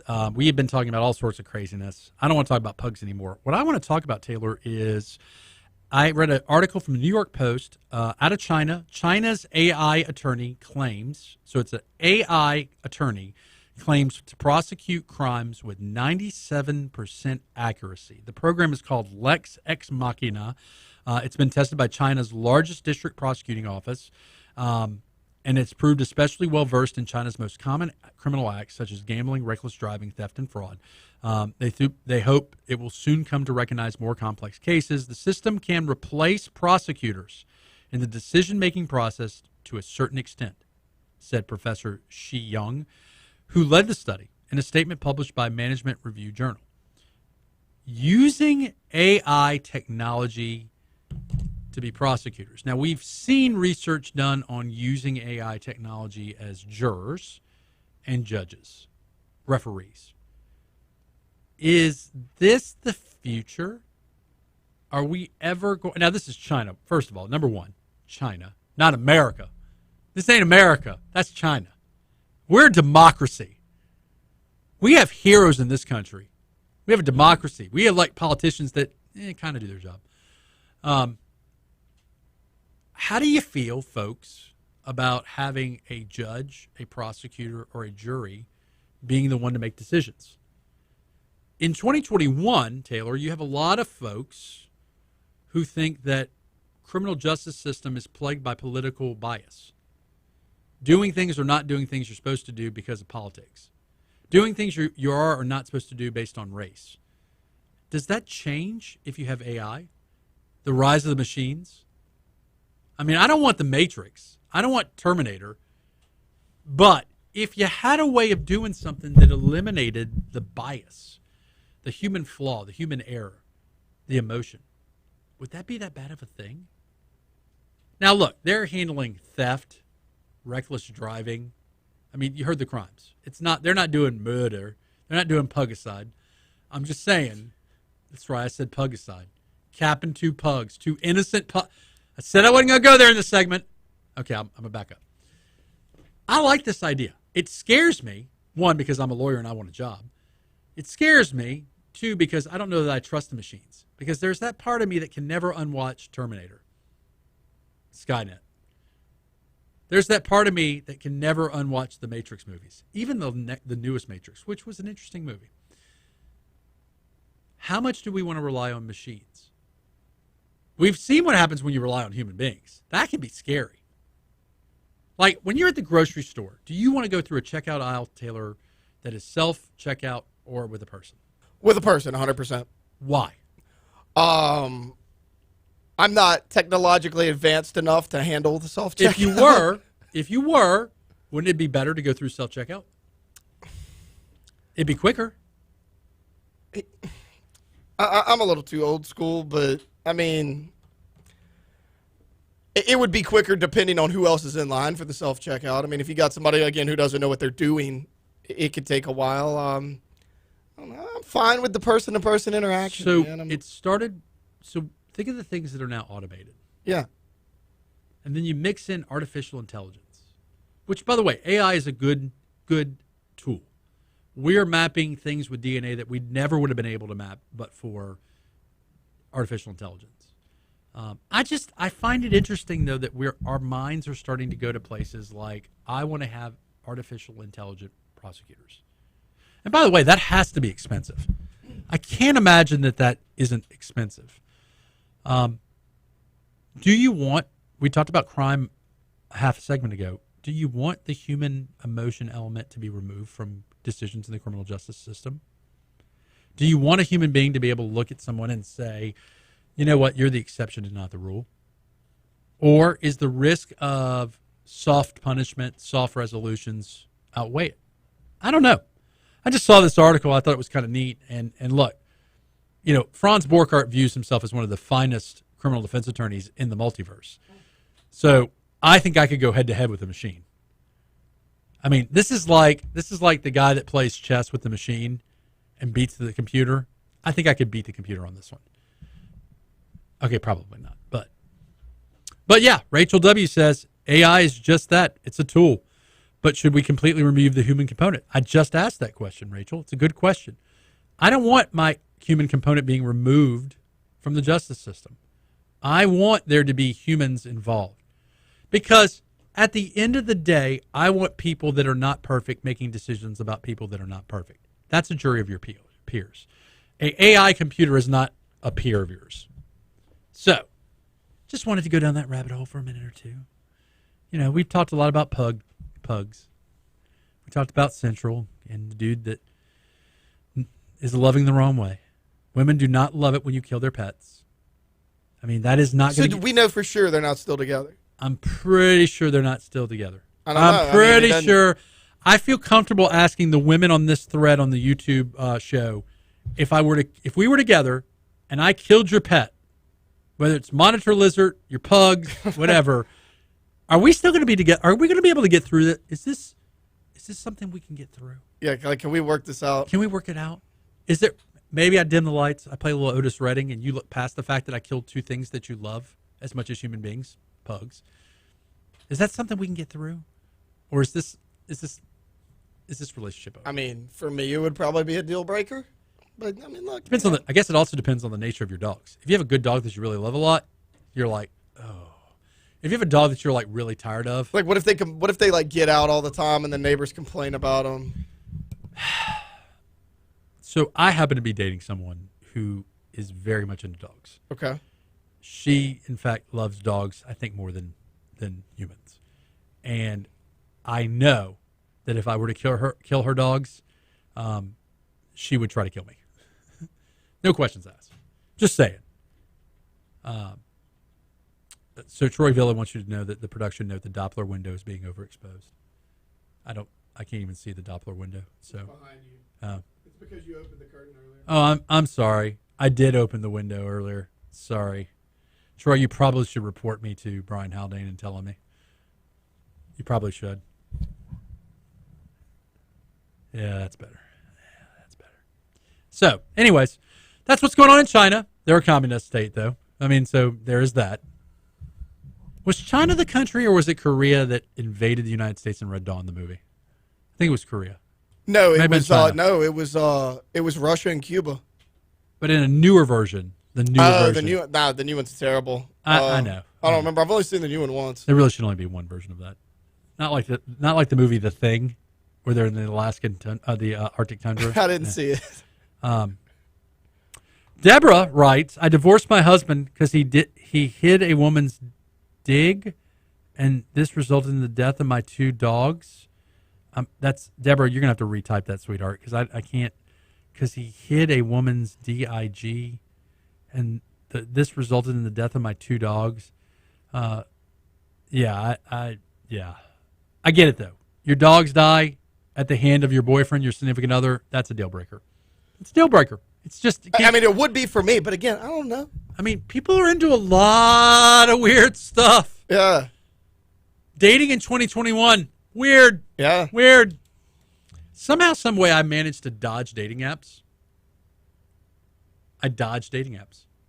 Now, I know that surprises you. You're giving me a look like, Franz, you strike me as Mr. Dating App. You do. Never you do strike me as Mr. Dating App. Never been on a dating app once? I've never been on a dating app once, which the idea should surprise no one. I believe that I believe in a higher power, and that the universe is a wonderful thing, and that it's just going to provide. Yep. And so why am I going to get on a dating app and be the guy that swipes left, swipe right, all that stuff? And by the way, I want to know people for who they are. And dating apps, there's a lot of just like social media, there's a lot of, this is who I want you to believe I am. That's not what I'm about. Look, if you've learned nothing else about Franz Borghardt over the years, Taylor, listeners, I am real. I'm real as F. What you see is what you get. There's not a lot of catfishing going on here. I'm not going to make a fake profile and pretend to be something I'm not.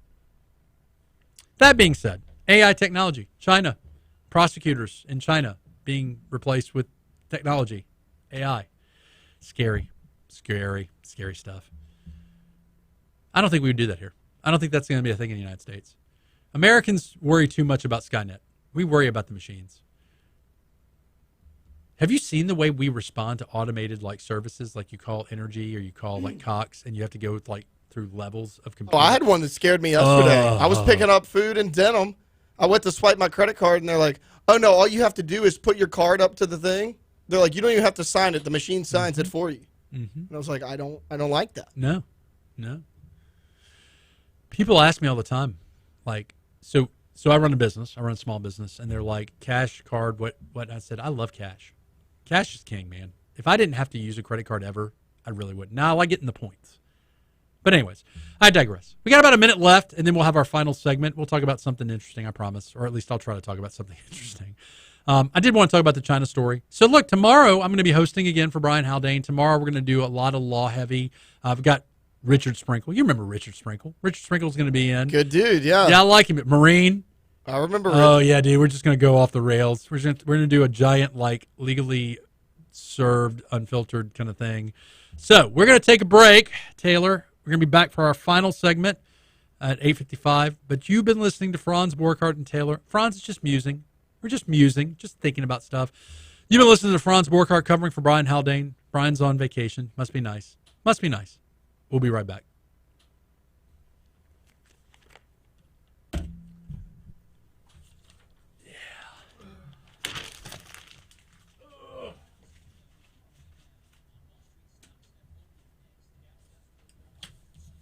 Yeah, I never got the dating app. Just kind of, I don't know. And mind you, I'm not judging people that use dating apps. I just don't feel comfortable with that for me. Yeah, it's not my thing.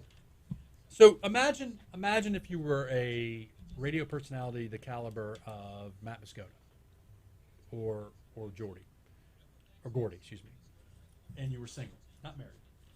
Can you really do a dating app? How do you do that? Yeah, you can't. How does that work?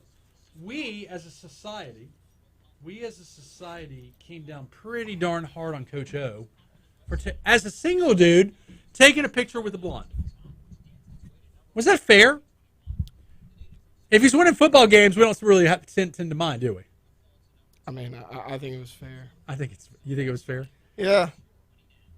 I don't mind him dating, but like. You want it to be age appropriate? No, don't take the damn picture. Yeah, why would he take the damn Why picture? would you do that?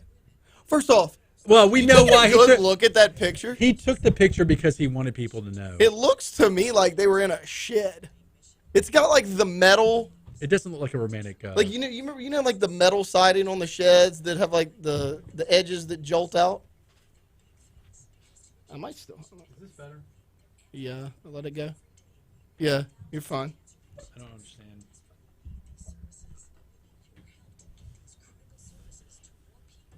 Hit is GF's dog, not Dig.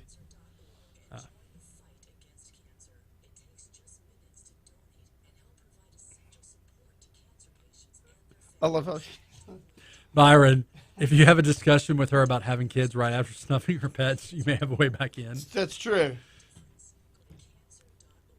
I like how Deborah says, I divorced my husband because he hit his GF's dog, which resulted in the death of my dog.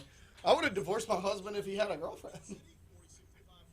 That might be a good starting point there. Yeah. Mike, I'm just throwing that out there.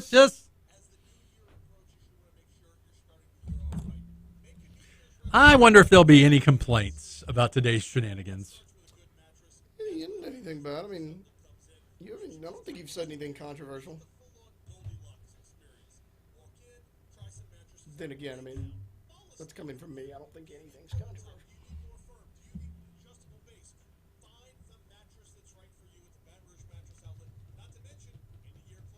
I gotta get some coffee after this.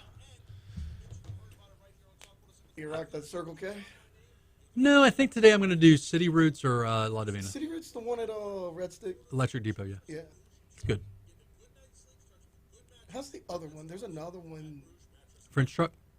That one, maybe? Your mic's off. Okay. Coffee's delicious. The coffee, if you can stomach bad customer service in exchange for good coffee, then you go for Starbucks. You'll be in and out quicker. There's not the same market issue. All right, you're back on. All right. So again, if you're listening, do me a favor. Brian Haldane has 99 YouTube subscribers, and I only have 78 on Go Rouge. Go to Go Rouge. That's my radio show. You can see past episodes. Subscribe.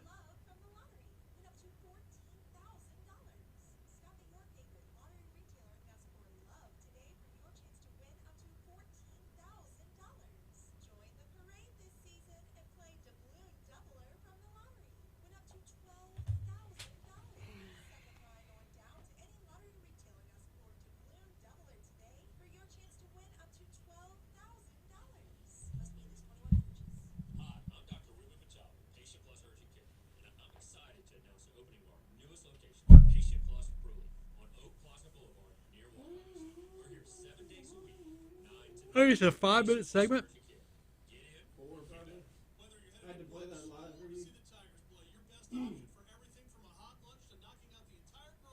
Yeah, you still got a minute and a half.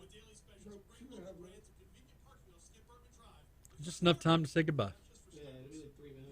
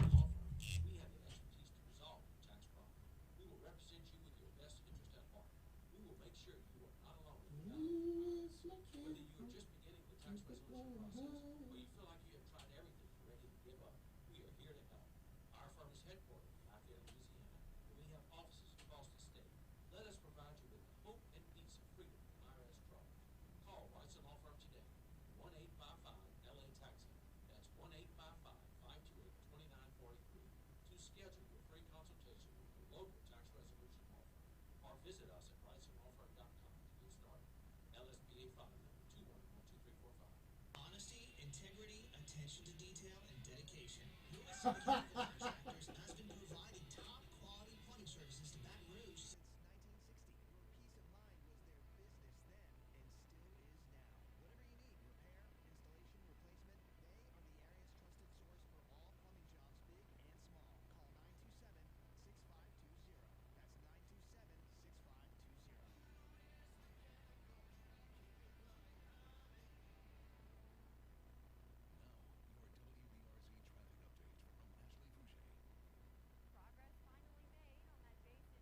927-6520. That's 927-6520. Like I said, I at least know what I am. I embrace it.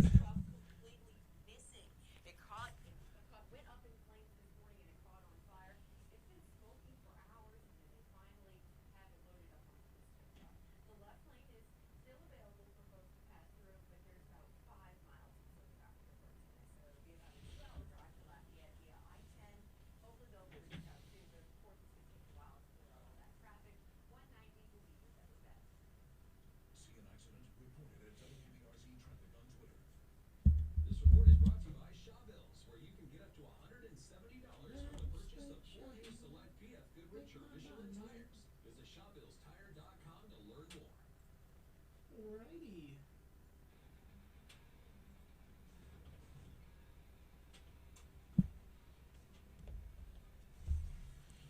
All right. You're back with Franzi. Mornings with Brian Haldane, special guest host Franz Borghardt covering. You're listening to Talk 107.3. If you're watching on YouTube Live, thank you for hanging in there. You get another day of this tomorrow. It'll be better tomorrow, maybe. Probably not. Yeah, a lot of stuff to talk about. A lot of stuff going on in the world. We were talking at the break, or right before the break, about dating apps, and I got to tell you, dating apps scare me.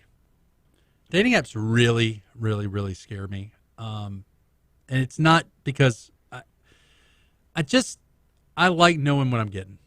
And by the way, when has it ever worked out catfishing? Play that out. You act like you're someone else. You eventually meet the person, and they're going to see that the thing you've been lying about, right? So what is the deal there? Is that kind of like the same kind of kicks you get from wearing a diaper and pretending like you're disabled? Could be. I mean, that could be. Yeah. Could be. So, yeah, it's been fun this morning. I'm enjoying a quieter holiday week, and I hope you do as well. I hope you all had a good Christmas. I had a Christmas that I was very grateful for. The highlight of my Christmas was, besides getting to spend time with my family and my son, I got some good Chinese food.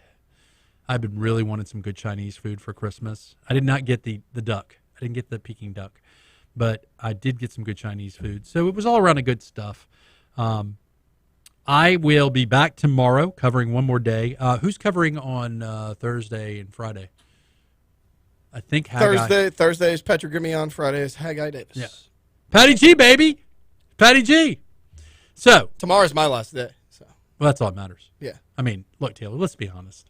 Yeah, we're out tomorrow. So. We're out tomorrow. We're doing the heavy lifting. I mean, so got about 30 seconds left. Just wanted to tell you again, one of the shows I host is the Go Rouge Show, GEAUX. You can go to the Go Rouge YouTube channel. You can click subscribe, watch some of our past episodes. That is my show that I do once a week. We're going to be picking that back up again after the first of the year. But love you guys to death. Thank you for letting me be a part of your morning. Franz Borghardt, Taylor Sharp. We will be back tomorrow, same time, same channel. Love you guys.